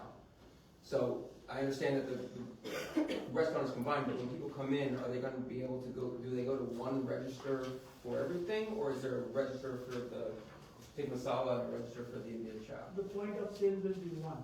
Point of sale is one location. Okay. Is there an existing hood in that space? No, it isn't. Okay, so you need to put a new hood, new Yes. penetration. A new kitchen complete. Have you made application to the historic preservation for signage and the modifications to the exterior of the building? Not yet. We would make that assuming that we had approval here. I have a question about the design, if that's something I should direct to you, sir? Sure. So we don't have full-size plans. It's a little bit difficult to look at spacing and whatnot on the 8.5 by 11 piece of paper. Do you know the depth of your handicap bathrooms in the design?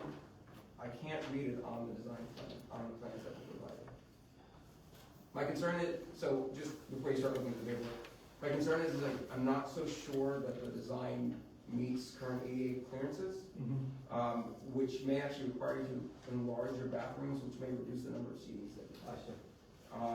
Obviously, when a unit goes into construction, it has to apply to, abide by applicable codes, handicap, fire, everything else like that.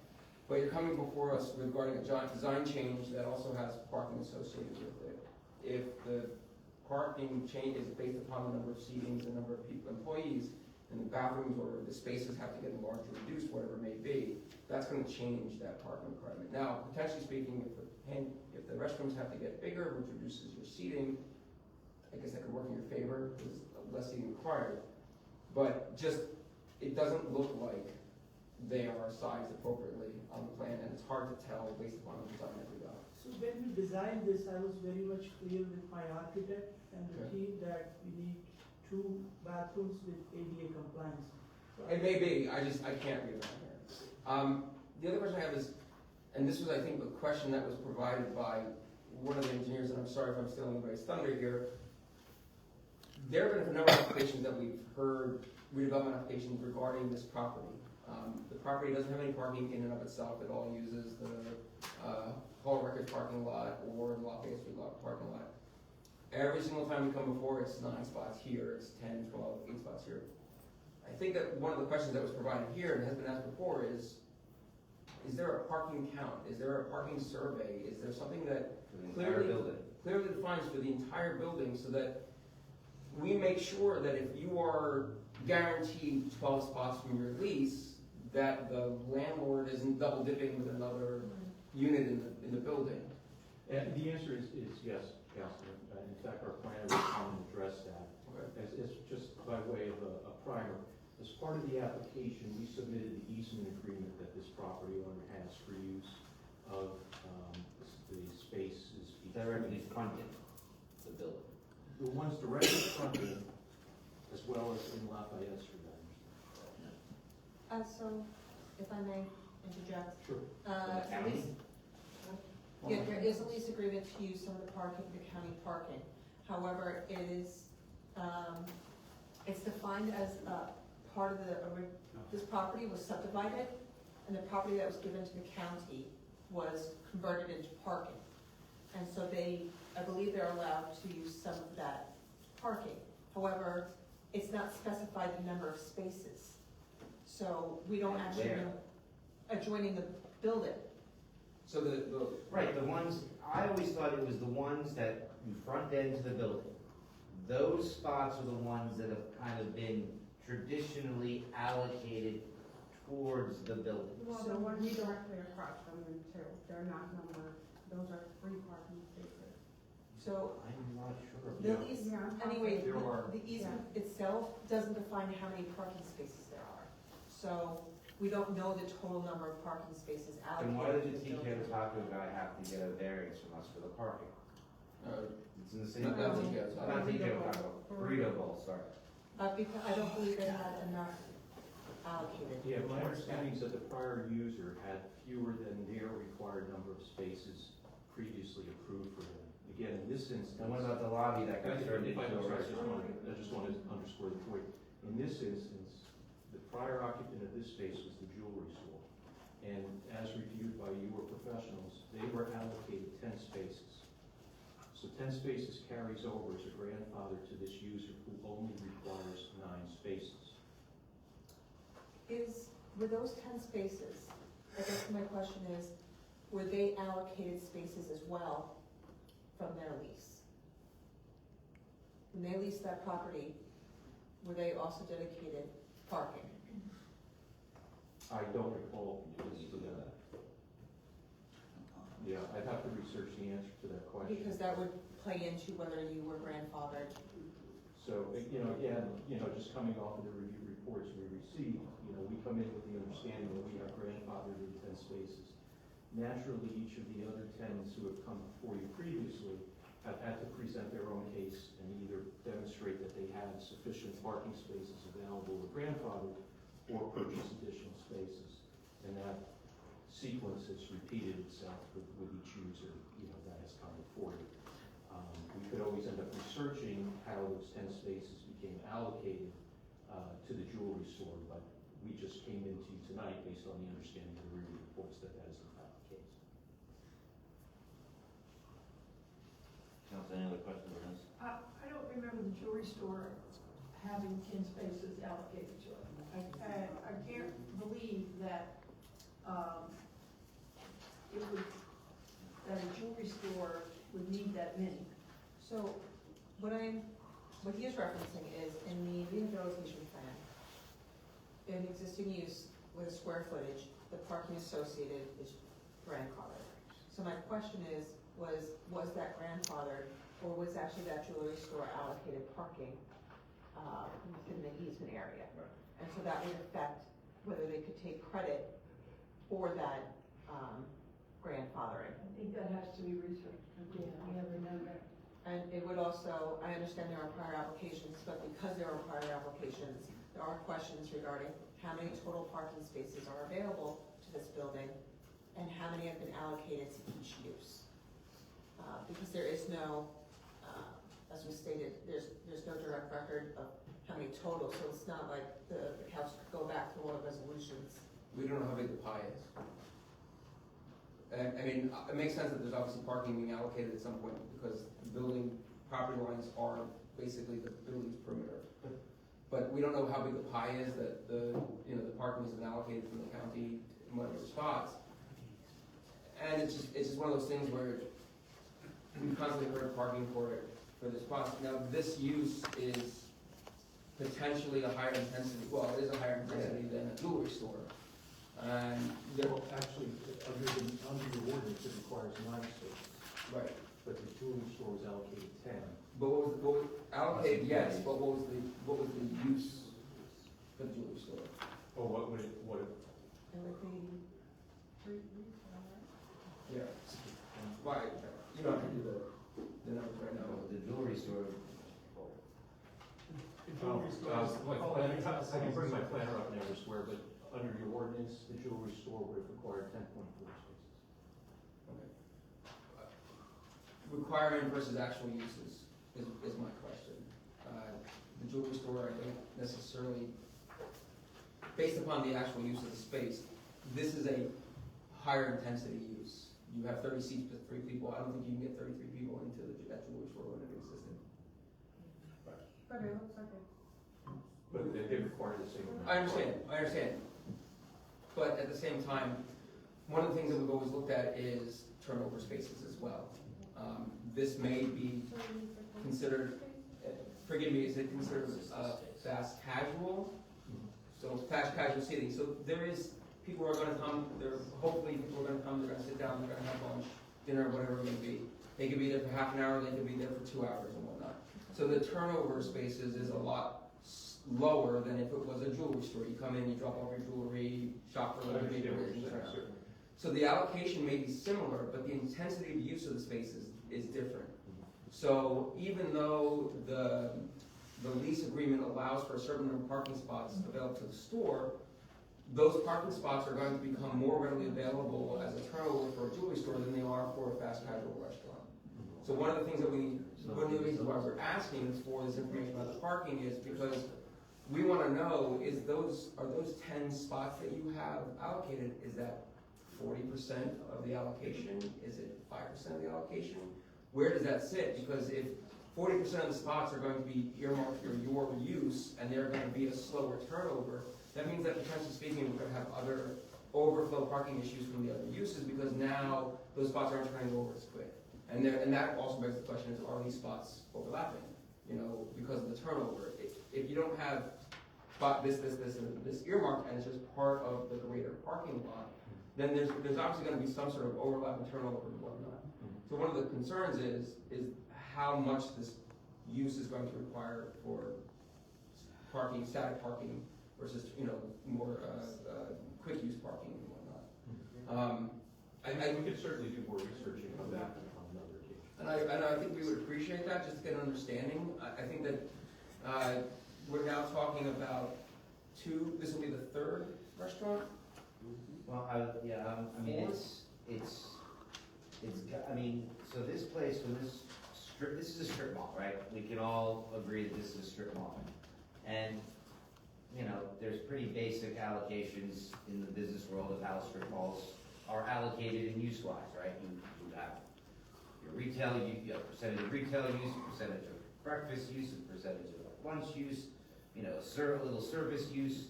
Initially that had an Italian restaurant, it had a pharmacy, it had a breakfast place, it had a big lobby, it had a mailbox place, and it had a bank. So now we're at Italian restaurant, breakfast place, smoothie place, taco bowl, seafood place, smoke shop, and nail salon.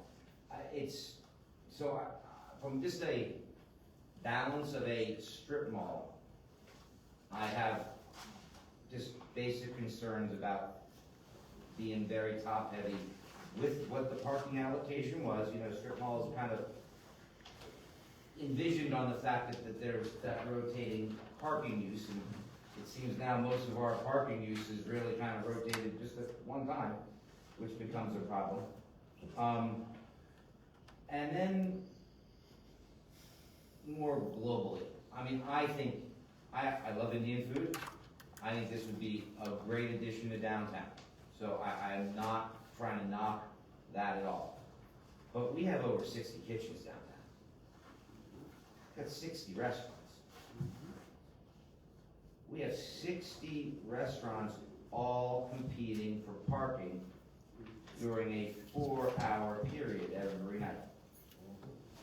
This is a stress on the residents, it's a stress on the infrastructure, it's a stress on everything. When the taco bowl went in, I voted no because burrito bowl, sorry. There are just too many restaurants, and it is you have an issue with the balance of retail and I would love for I would love for you to find a place that's got a kitchen already, right? Like that is between the parking, I do not think, no matter what, I think it's all been given away 6 times a Sunday. I think it has, no matter what. And I just have a my day job dealing with all the businesses, we have an issue with we need better balance of retail and restaurant, and I love this business, I love the food, I want to say yes, but first we gotta figure out this parking stuff, but I just have a really, A, the balance of the mall, and B, just our current situation with the number, we just need a better balance, and I don't wanna say no, but I just have very grave concerns. I've seen a number of restaurants open fairly recently that personally I don't think are gonna make another 6 to 8 months just because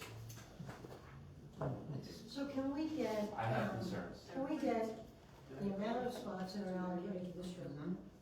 And then how many of those spots are allocated to each individual business with radio?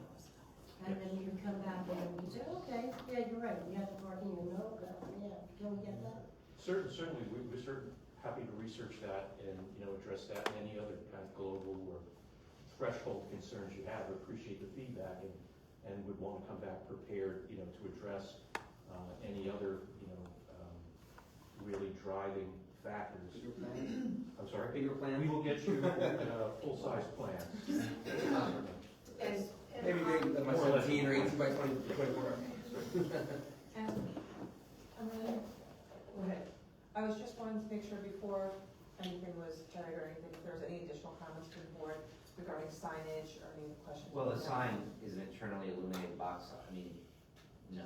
Yeah, we didn't go over that yet. But I'm just, my answer would just be no. It's gotta be in compliance with our sign ordinance, it's gotta be, what it's gotta Go ahead. be, No, it's just so that they understand. Yes.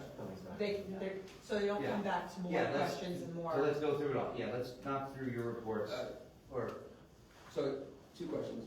One, obviously the comments about sign as well. Do their planners here, do we want to maybe give her the floor just to have That's some? what we're saying. Yeah. Well, Yeah. it's up to you. I know that you have questions that we are not going to be answering tonight. Okay. So let's see if there's any other questions that we may end up having, that if you come back here, you don't have to leave again. Sure. Going to get more questions. So again, as you were saying to Ms. Allen, do you have questions that you want to throw at any of us that we could use to? I would recommend taking a look at the sign ordinances. The sign that's designed here, based upon internal illumination, does apply by ordinances. Right. There's also a question that was brought up in one of the reports as well about the duality of the 2 locations on the sign. One sign, one business. Yeah, so that's something that may have to be looked at as well. It's supposed to be 1 per tenant per right-of-way frontage. So the way that the sign reads now, it kind of reads like it's 2 tenants, just I because. understand what you're saying. Yeah, it's 2 different logos, 2 different fonts. Right. So there's a definitive difference between the Tiki Masala design and the India Chow design, and that reads as 2 tenants, even if it may be 1. We may let Barbara run the report, and any questions that she might still have outstanding, maybe you guys can come back. Certainly.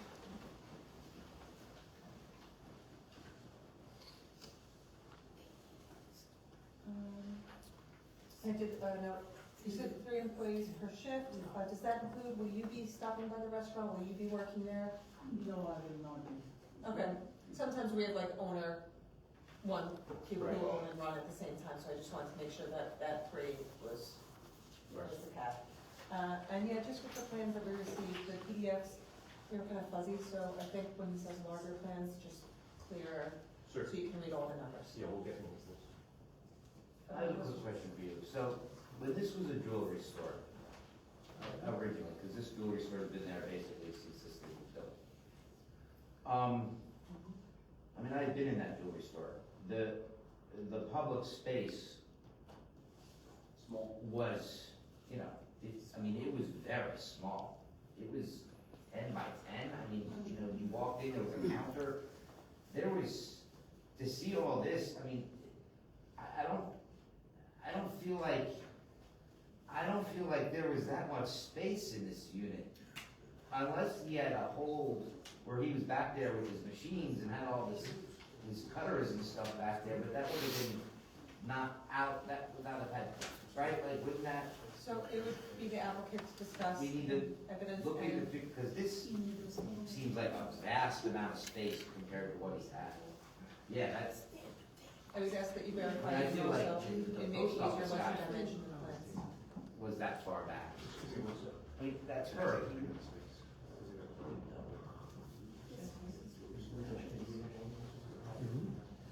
Well, when we get the, plans, we'll have all that space. Yeah, it'll be easier to read all the dimensions once the plans are all over. All right, so did you have anything else? I did not. Do you have anything for us, sir? Hi, council, my name is Ben Matlack, I'm CME Associates, filling in for Trevor. Just wanted to introduce myself. Thanks for having me. Thank you. So the main thing in our report was that we called out was the need to get review and recommendations from the Historic Preservation Advisory Commission, which they did touch upon. They will make submission if they get approval from council. And then most everything else is in regard to compliance with the CCRP. So that's just information that they'll have to testify to at the next hearing when they make their presentation. Understood. My concern is the parking. My concern, if you know anything about, my concern is always the parking. Right. It just has to be, we love welcoming new businesses to town, and we would love to have new businesses, but we can't do things to the detriment of the established businesses. And that's always my concern, that I'm afraid that the parking, we've been burned a few times, and I'm worried about the parking. I understand. So if we were to take a vote tonight, my vote would be no, based on the parking. Understood. Thank you. I think we need more information. All right, any other, okay, do you have anything else specifically you needed, but I we need to wouldn't know present this any more moment? testimony. Again, if there were any other general considerations you'd like us to be prepared to address, I'm happy to hear them, but I wouldn't think it would be Could you ask your architect? about the ADA compliant. Parking Well, signs and that. that can confirm as well, but just, if there is a way to delineate the breakdown of the stores along that area, because like if you look at the pictures here, I'm pretty sure that was the line of the jewelry store, and what was behind it was the check cashing place. Yeah, I think there's, yeah. I So think it's not there's- just the jewelry store. I think There's at least 2, maybe 3 entities that have been now merged into this one spot It's here. a very, yeah, we have to figure out, there's something not Right. right. Well, it might give them more parking, first of all, they may give them more parking, but we need to, Because we need to figure this the stuff parking out. is based upon- We need to know what we're, can't be guessing, we need to know what we're doing, we can't be guessing. The parking calculation is based They're upon going the, to, they're going to, the so. parking calculation is based upon the transfer from the jewelry store to this use. But I think it's not just the jewelry store that this location is taking over. I'd like to know that. I'd like to know if those 10 spots were the jewelry store, the check cashing places, and whatever the other one it was, or if it was just the jewelry store. If that's the case, then that might change what you're coming before us regarding numbers. And then once we have the information about how much parking is allocated to the strip mall itself, now we know how big of a pie it is, and it might be that you have 10% of the spots, in which case turnover is not that much of a concern because you're not using the majority of the spots allocated to the strip mall itself. Understood. So we want to know the numbers so that we can make sure that, look, and it's not just the overburdening of the parking lot, or burdening of, whatever else it is. We just want to make sure that if you're going to have a successful business, you have parking spots available for people to visit your business. If the spots are overlapping on the rush hour time, you may not have parking, which is a detriment to you. So the goal here is also to make this so that should the application get approved, it's a success.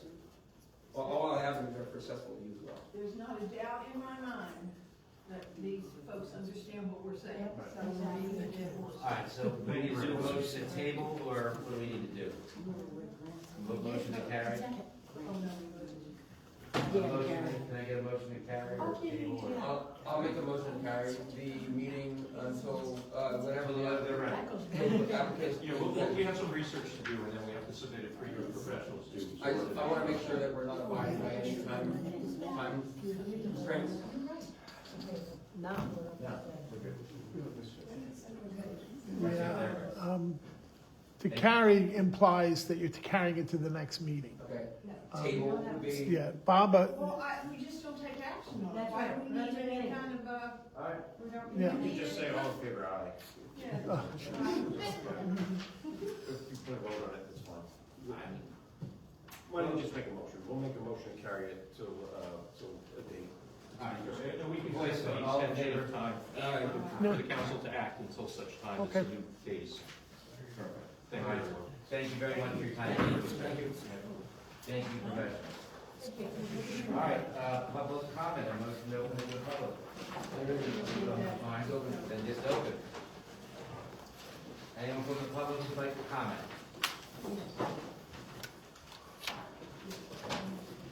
No.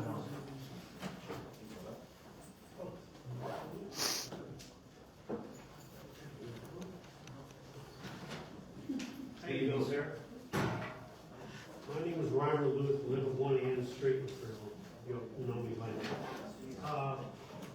We've had things, go ahead. I'm Ron Jerry at 7 Main Street. George Thompson's grandson. Remember George?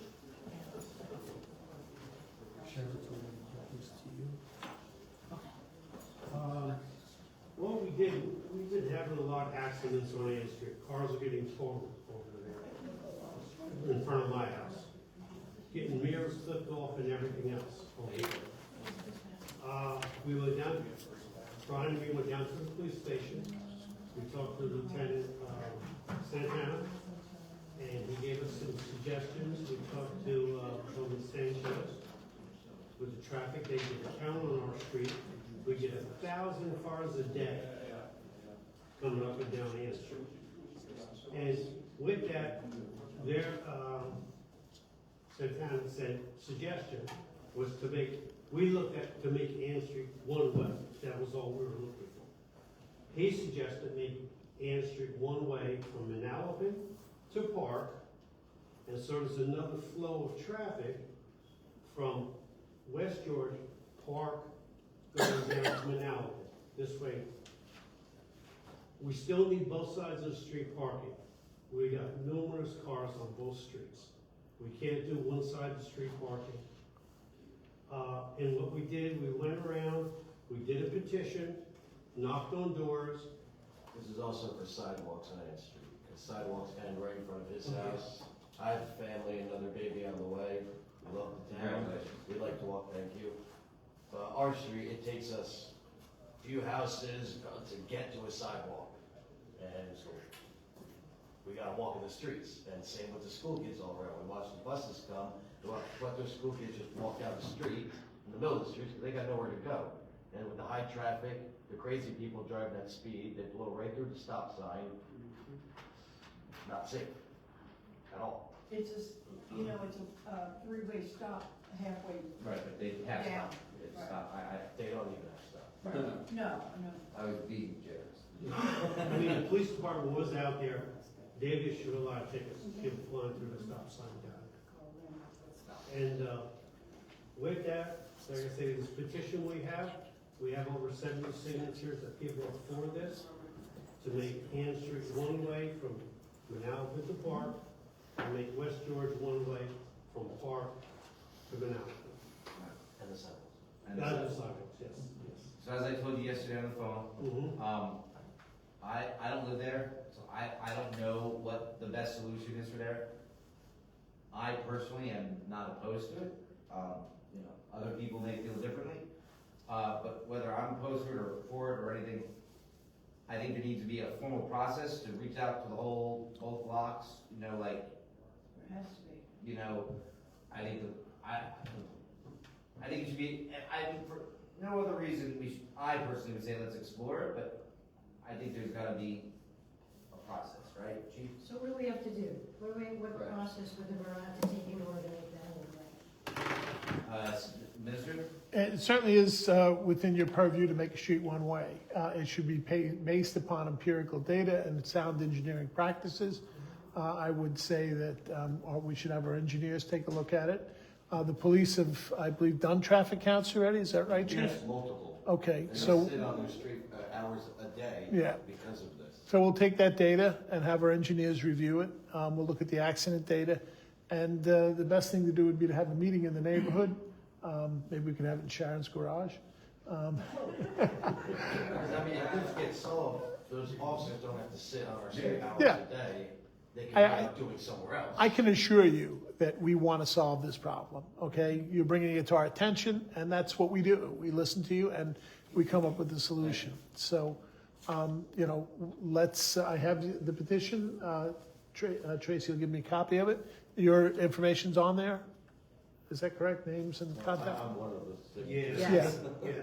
Everybody knows Reimer. You get the coolest name in town. On the sidewalks, a few years ago, that's how you got involved in PV. What was the outcome on that as to why we couldn't do it? Do you remember? Yeah, they said it was too much money. They That said it was the was only thing? $750,000 Okay. just for a sidewalk, in which I doubt very much. Generally, To go from my house to Park Avenue, even if they only did one side, We don't have either side. so we got nothing there. I can tell you that Councilman De Benedetto is a big proponent of sidewalks, and we're working at bringing back the sidewalk program where the borough picks up part of the cost. We do sidewalks when we pave streets.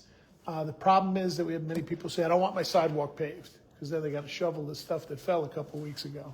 But that's part of living in a community. Yes, yes. So, I mean, we're talking safety too. We got kids walking the street absolutely, every day. absolutely. No, we understand I that. walk my dog and you gotta walk in the street. In the street, yeah. When we were doing the petition, and a lot of people said, oh, we don't walk on Ann Street because there's no sidewalks. Understood. I think a lot of people are Yeah. aware of it. Well, we'll have our engineer come in, take a look at it. We'll look at the data that we already have. We'll probably do some more traffic counts, you know, with the equipment. And public meetings. And, yeah, we'll have a public meeting. Did you go to West George Street as well? Yes, we did. And Broad too, just because Yeah. everybody who walks it, we did, everyone who could be affected by it, just so they're aware, this is what we're trying to do. Sure. Yeah, that's true. I walked my granddog, a week ago. No, it's seriously, I got it twice a day. I have to take care of this dog. No, And I did the hydrants on your street the other night, last Thursday night. Oh, okay. So I noticed that the sidewalks are a little, but it is true, I do, and I walk to work, so I know what you mean about so. Steve, will we have a problem with DOT since we run perpendicular to? I don't think so. I'd have to defer to the engineers on that, you know, in terms of consulting with them. But we found them to be cooperative, you know, and they have the same That interest. might be another level. They would definitely have to be consulted on anything that intersects with 33. But the amount of houses, there and the amount of cars Sure. people have, we still need both sides of the street parking.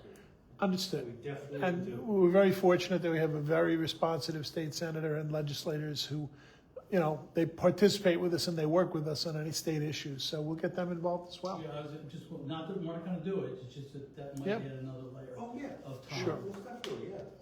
Yeah. Okay, I So didn't expect to get a yes or no answer. we like to say the answer is yes. Yeah. We like to do Right. that. We got to figure out how to pay for things and, you No know. problem. Okay, That's thank you very much. Thanks for bringing it to our attention. Thanks for doing all that research too. No problem. Anyone else in the public?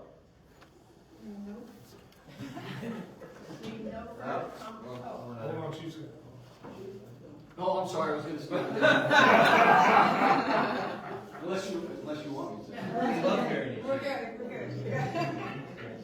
No, real quick though, we did do the traffic study on the street. I will send it over to Mr. Gallo for review. And actually, in communicating with Robert Lithgow, we actually have another instrument we're gonna test out on the street, which is going to give us the data on how many cars are not stopping at the three-way.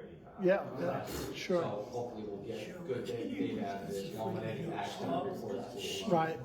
And we could also consider installing one of those flashing stop signs to, you know, make sure. And Mr. Luke was correct, it's about 1,026 a day. We did Yeah. it over 6 days, so we were seeing a number of thousands. Definitely a volume issue. The speed was within a limit in the 85th percentile that we are happy Sure. with, that we don't have a great speeding issue on the street. But it's a tight road. So Well, you Yeah. know, we addressed that speeding issue before, because if you recall, they had complaints, Ann Street had complaints about the car dealerships coming through to pick up the Right. cars. And if you remember, you went to all the car dealerships, and in one day, John Reef issued 6 tickets. Sure, on that- sure. Ann Street, Bound Avenue, Yeah. Phyllis, Yeah. Malcolm Avenue. Unfortunately, because the courthouse is right in the middle, all these people come in these major and Sure. speed up and down the street. Yeah. We're fortunate that we have the borough engineer represented here, so Alan will take that back to Trevor, and I'm sure Sharon will be out there watching tomorrow. Thank you, Chief. Anyone else from the public? Before the chief leaves. Yes. Uh-oh. Oh, he's trying to catch. Go. Anyone else from the public? I'd like to close the public portion, please. Second. Roll call. Councilperson Benedetto? Yes. Freeman? Yes. Jordan? Yes. Reich? Yes. Rogers? Yes. Schutzer? Yes. All righty, council comments. Councilwoman Schuster. Yeah, see, and he's the cop's not here. Oh, there he is.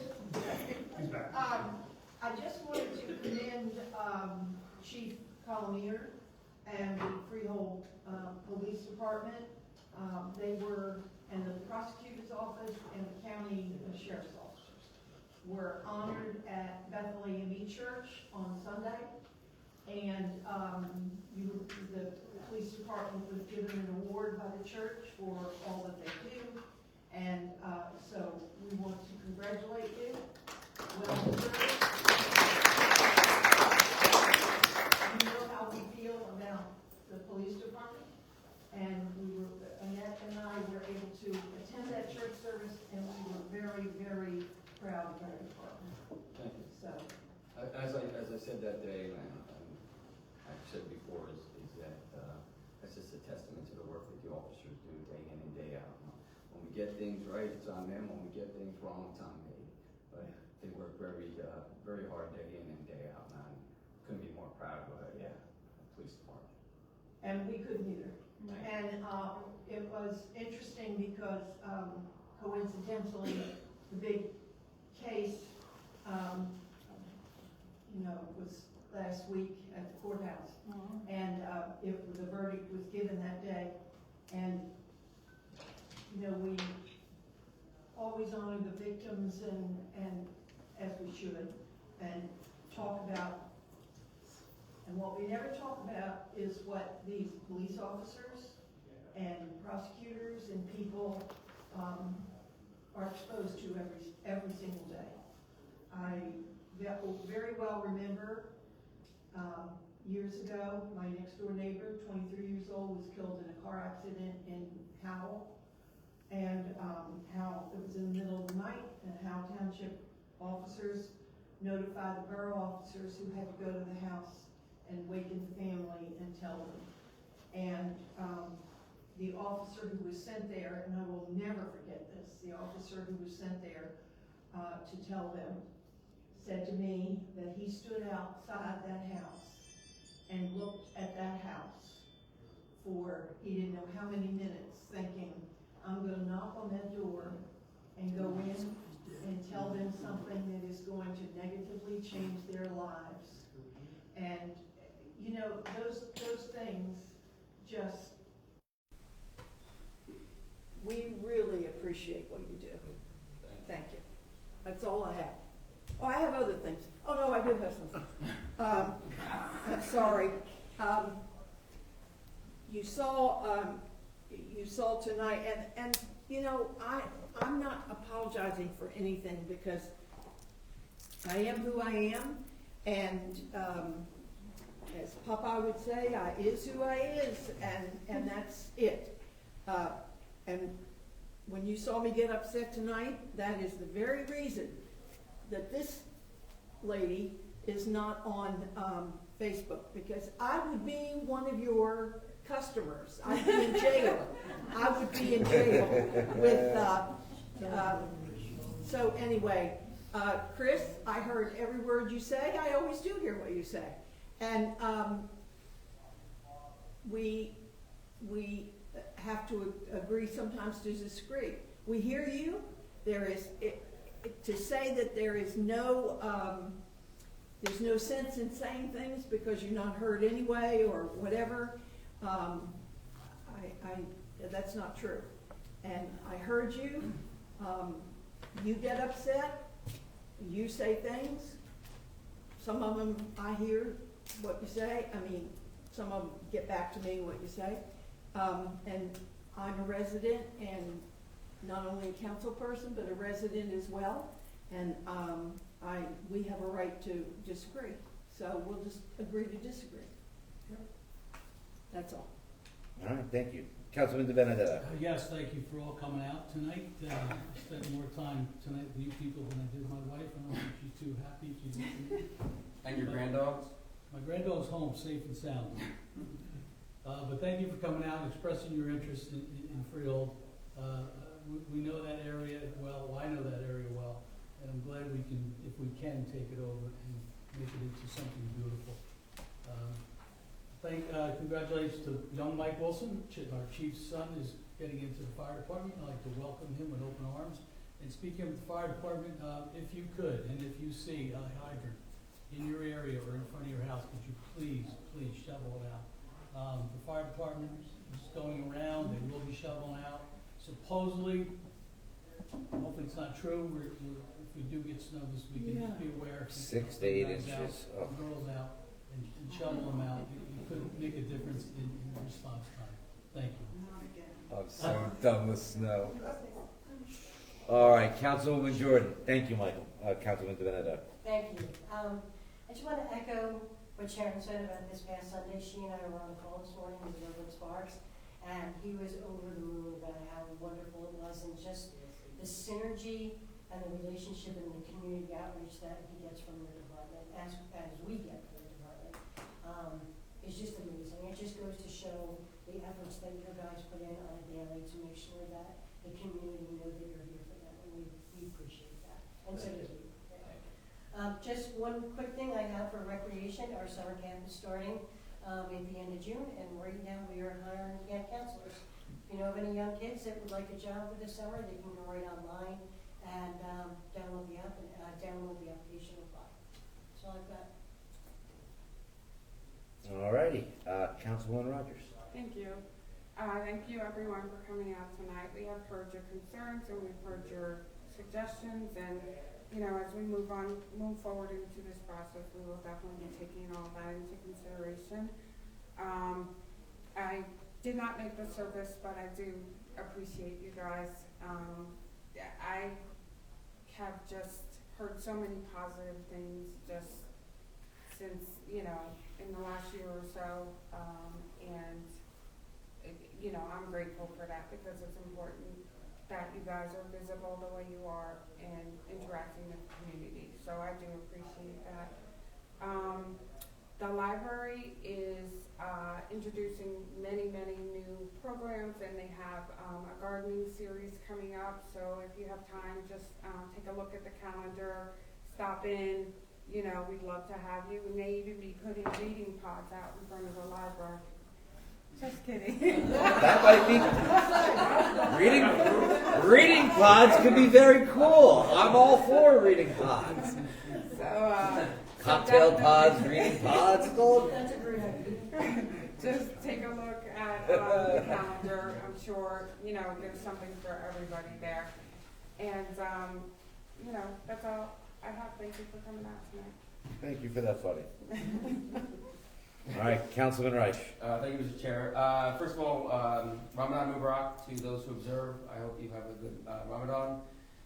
Second of all, the Memorial Day Parade Committee is bringing back the Orchestra of St. Peter by the Sea, conducted by Father Alphonse Stevenson, in celebration of the 250th anniversary of the Declaration of Independence on Saturday, May 16th at the First Presbyterian Church at Freehold. Concert is at 7 p.m. Doors open at 6:30. Tickets are $45 if you buy them in cash or check. The committee has graciously received support from Downtown Freehold, and they will be hosting an online payment link that you can buy tickets online through their website. It actually went live this past week. We're going to get new flyers made up with the QR codes, and we'll have them out and about and posted online and sent out on the email blast. But Father Alphonse came 2 years ago when we had the 175th parade, and wonderful concert, amazing music. If you haven't ever heard of him before, he doesn't set a playlist or a song list for the concert. He hasn't made it up on the fly. Depends on the mood of the room and the mood of the musicians and whatnot. So, lovely evening, and we'd love to have you join us. Please come out. This weekend, from Wednesday through Sunday, is Liv's birthday milkshake weekend at Jersey Freeze, celebrating what would have been Liv's 15th birthday. Proceeds to the sales go to support Live Like a Unicorn Foundation. So if you want to tread through the 6 to 8 inches of snow that we're getting and go out for a milkshake, which is very just opposed to having a snowstorm, please come out to any of the Jersey Freezes to support the Live Like a Unicorn Foundation. Lastly, I just want to thank We Are the Future. This past Sunday evening, a whole group of us went to Monmouth University to see the Hawks beat the Townsend Tigers. It was a trip that was sponsored by We Are the Future, had all the kids, well, a lot of the kids from the basketball league, and parents and coaches, and we all had a really, really, really great time. If you haven't come out to a game to see these kids play, Saturday mornings at the Park Avenue Complex in the new gym, first game started at 9:30 a.m. These kids are fantastic. They have such hard-fought games. They're having so much fun. They're learning so much. We're nearing the All-Star game, which I think is going to be on March 7th. They're going to have three-point shootouts and an All-Star game itself. But come out on Saturday morning if you can. Come see these kids play. You will enjoy seeing them enjoy this game. That's all I have. Thank you very much for sticking with us, and I hope you get home safe. Just, that was also a partnership with Recreation. Yes, I'm sorry, yes. Yeah, We Are the Future of Recreation. We couldn't have gotten there without Recreation. Thank you, sorry.